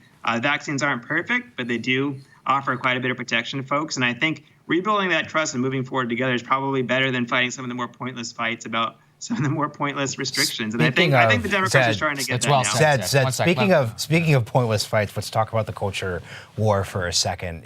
A good way of summing up what seems to have happened tonight with your comments on COVID, Biden's comments on COVID, and then the reference to not defunding the police, it seems like Biden is trying to do a culture war reset, just completely putting aside a lot of the a lot of the discourse there for the past 2 years, oftentimes that Biden wasn't particularly engaged with. He wasn't the defund the police candidate. Can you just comment on this pivot and whether or not this is a pivot that will address broader concerns people could have about the Democratic Party, moderate candidates, et cetera, et cetera, et cetera? I mean, I think it's a challenge because the Democratic Party in the United States, we have basically two major party coalitions here. We're not a proportional representation country. I think you make a good case that we should be, but we're not. So the Democratic Party has a wide variety of views, right? I don't think Biden's position personally has ever been towards defunding the police, for instance. But everywhere in America that did do something of that extent, it is a place that's controlled by the Democratic Party, right? Like Austin, I made a short documentary for Fox News about their defund the police effort and the referendum they had afterwards.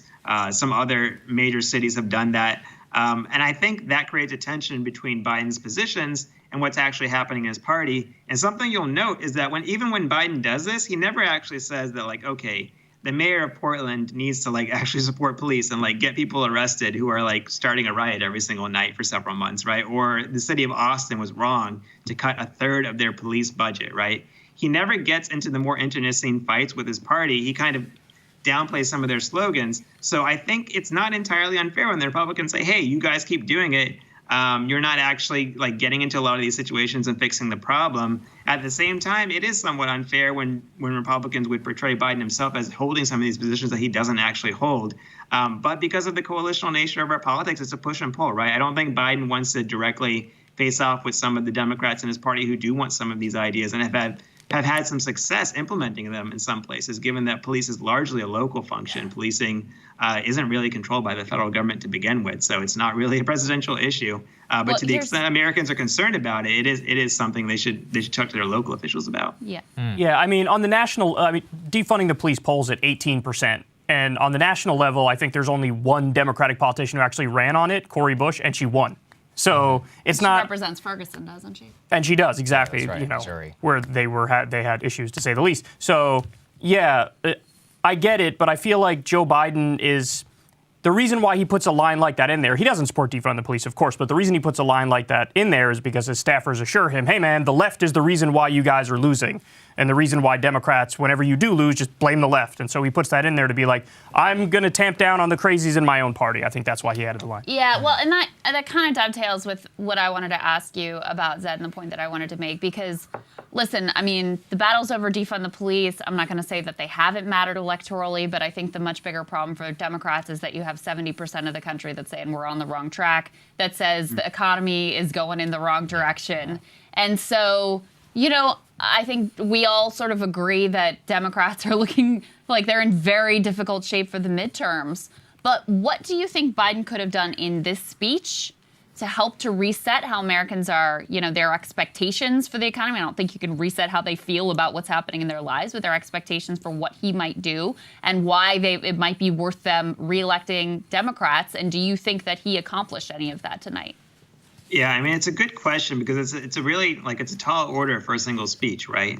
Because I think a lot of, like, macroeconomic factors, particularly with inflation and what's happening with the supply chain crisis, are what's leading to most of, I think, Biden's woes and worries in terms of him being viewed as a competent leader or a leader who can actually address everyday problems. So it's really difficult to do in a speech. I think that he did his best in many ways in that he was highlighting domestic policy achievements, domestic policy proposals that are actually achievable, even though, you know, Build Back Better obviously had all sorts of problems and is sort of stalled out. But I think that the main thing I would have done maybe a little bit differently than him is, you know, I think at one point he said something like, you know, let's stop seeing each other as enemies and start seeing each other who we are, fellow Americans, and he, you know, pivots to COVID-19. You know, I think taking a little bit of responsibility on some of these issues for his party would have gone a long way in terms of rebuilding credibility with people like independents. Because let's be honest, like the Democrats have basically said that anyone in America who believed in doing the things on COVID that they're doing now wants to kill your grandmother, right? Mm-hmm. They demonize them to a very extreme extent. And I think Biden, unfortunately, was part of that when he says things like, you know, Georgia's enacting Jim Crow 2.0 and so on and so forth. If he really wants to shut down the culture war, which I would agree is the most divisive thing in the country, and I think it really drags Democrats down, it does actually matter if you take a little bit of responsibility and say, hey, my party did go a little too far on some of these things. And also, I think he should have taken some responsibility on just being very reactive to a lot of crises, right? If you all remember, when inflation really started hitting Americans, they kept saying that it was transitory, that it would go away quickly, that it wasn't a structural problem. And they did the same thing with the crisis at the border with Afghanistan. I think they were doing a lot of PR and spinning rather than addressing it. Honestly, Ukraine was probably the first time where they took a crisis head on. Right. And they actually predicted what was happening before it would happen and were very transparent about it. I think that's a good model for them going forward, because I think it's one thing to have some nice lines in a speech, But at the end of the day, you have to take accountability and responsibility for some of the missteps you've made. And I didn't really see that as much from Joe Biden. Americans have been watching this story the entire time. They know that the administration was not on the ball when it came to a lot of these problems. And there's been a lot of, I think, particularly difficulties getting things through Congress, and not entirely Joe Biden's fault, but they exist. And I think putting a happy face on it only goes so far, right? Sometimes you do have to actually level with people, and maybe they didn't do that as much. So yeah, I think that's a good point. They all consider that to be a risk, right? To be honest about, hey, we fell short on this or that thing. Certainly Trump was not out there admitting any mistakes. They want to project, they want to talk about here's what the wins were, the infrastructure deal, we're, vaccinating people and the rescue plan and all of that. But it actually, it connects with something we were saying earlier about the American people do want someone who's going to sort of step back from the theatrics and say the thing that we all know about, like, instead of this laundry list, I'm going to actually level with you. I do think that would land with people. Yeah. Zed, it's always great to have your thoughts. Thank you, my friend. Thanks, Zed. Appreciate it, man. Great to see you. And, one thing on the culture war point that is sort of one of my grand theories of politics, such as they are, is that there's no escaping the culture war unless you deliver for people materially. Because if people's conception of government just collapses down to, like, who's signaling the right way for my team, then all you're going to get is culture war. Yeah. So, he could have his Sister Soldier moment and say, I hate defund the police all day long, but culture war is still going to really dominate our politics as long as he is unable to enact and stick to an agenda that actually delivers materially for people in a way that they can sense. And I don't think that's on Biden at all. I mean, he is the least woke person on the planet. Like, if he comments on the culture war, even to just denounce the culture war, so have like a meta conversation on the culture war, that is distracting from more lines on a $15 minimum wage or unions or foreign policy. He's always like 10 seconds away from an ethnic slur. Yeah, exactly. So I don't understand. Like, I don't get that criticism of him. I have one bit of pushback on that, though, which is that 9 times out of 10, I'd agree with what you're saying. So if it's the Bush era, and I would agree with that. But right now, there are some really interesting debates. Like, once again, you guys did a bunch of stuff on Joe Rogan and censorship. There are some really non-material culture war issues that are up for debate right now. That's a free and Democrats have to think. Well, but that's culture war. I don't consider that culture war. I consider it that's literally a constitutional issue in many respects. We would hope so, Kyle. But I don't think the coalition. We could have a very long conversation about what culture war actually is. Yeah. I tend to think of culture war as being these sort of signaling issues that are more about just like, signaling to your team that I'm with you on this or that thing, that don't actually have a lot of impact on the direction of the country or people's lives. I would agree with Kyle that, free speech issues are profoundly significant beyond just like a cultural signaling issue, even though a lot of the people who engage in those debates are doing so in a way that's just about the signaling and not about substance. Yeah, and ultimately, that's always the biggest problem whenever it comes to this. Okay, it's nearing everybody's bedtime here. Speaking, it's past some people's 3 hours past my bedtime. Whoop is not going to be happy with me. I want to say a special thank you both to Kyle and Marshall. And we were supposed to do this at the top, but Kyle is going to be posting clips on the Breaking Points channel. Thank you very much to everybody for supporting our work here. Marshall, I'll let him finish his drink. He's going to be doing some great news interviews for us, which are also going to be appearing on the Breaking Points channel. I teased those little partnerships, so we've got 6 active partnerships now on the Breaking Points channel. Thank you to everybody for the super chats, for all of our premium members who help support this. This stuff costs a lot of money in order to put this stuff. We've got a full staff out there in the control room and more. Shout out to those guys. Possible. Yeah, shout out to all of them. Very quick work in making all this happen, putting up with some of our shenanigans. We cannot do it without any of you. You're going to have more stuff like this. Thank you all so much for supporting our mission here. We're just getting started. This is just a little bit of a preview about what's to come. And so thank you all to the, I think, 30,000 or so at one point who are watching this stream, the 200,000 or so which have checked in so far on this. It means the world in order to build this, and you guys are an active part of that mission. So thank you all very much. We really appreciate it. Love you guys. Later. Thanks, y'all. Yep. Appreciate Have a good night, everybody. Night.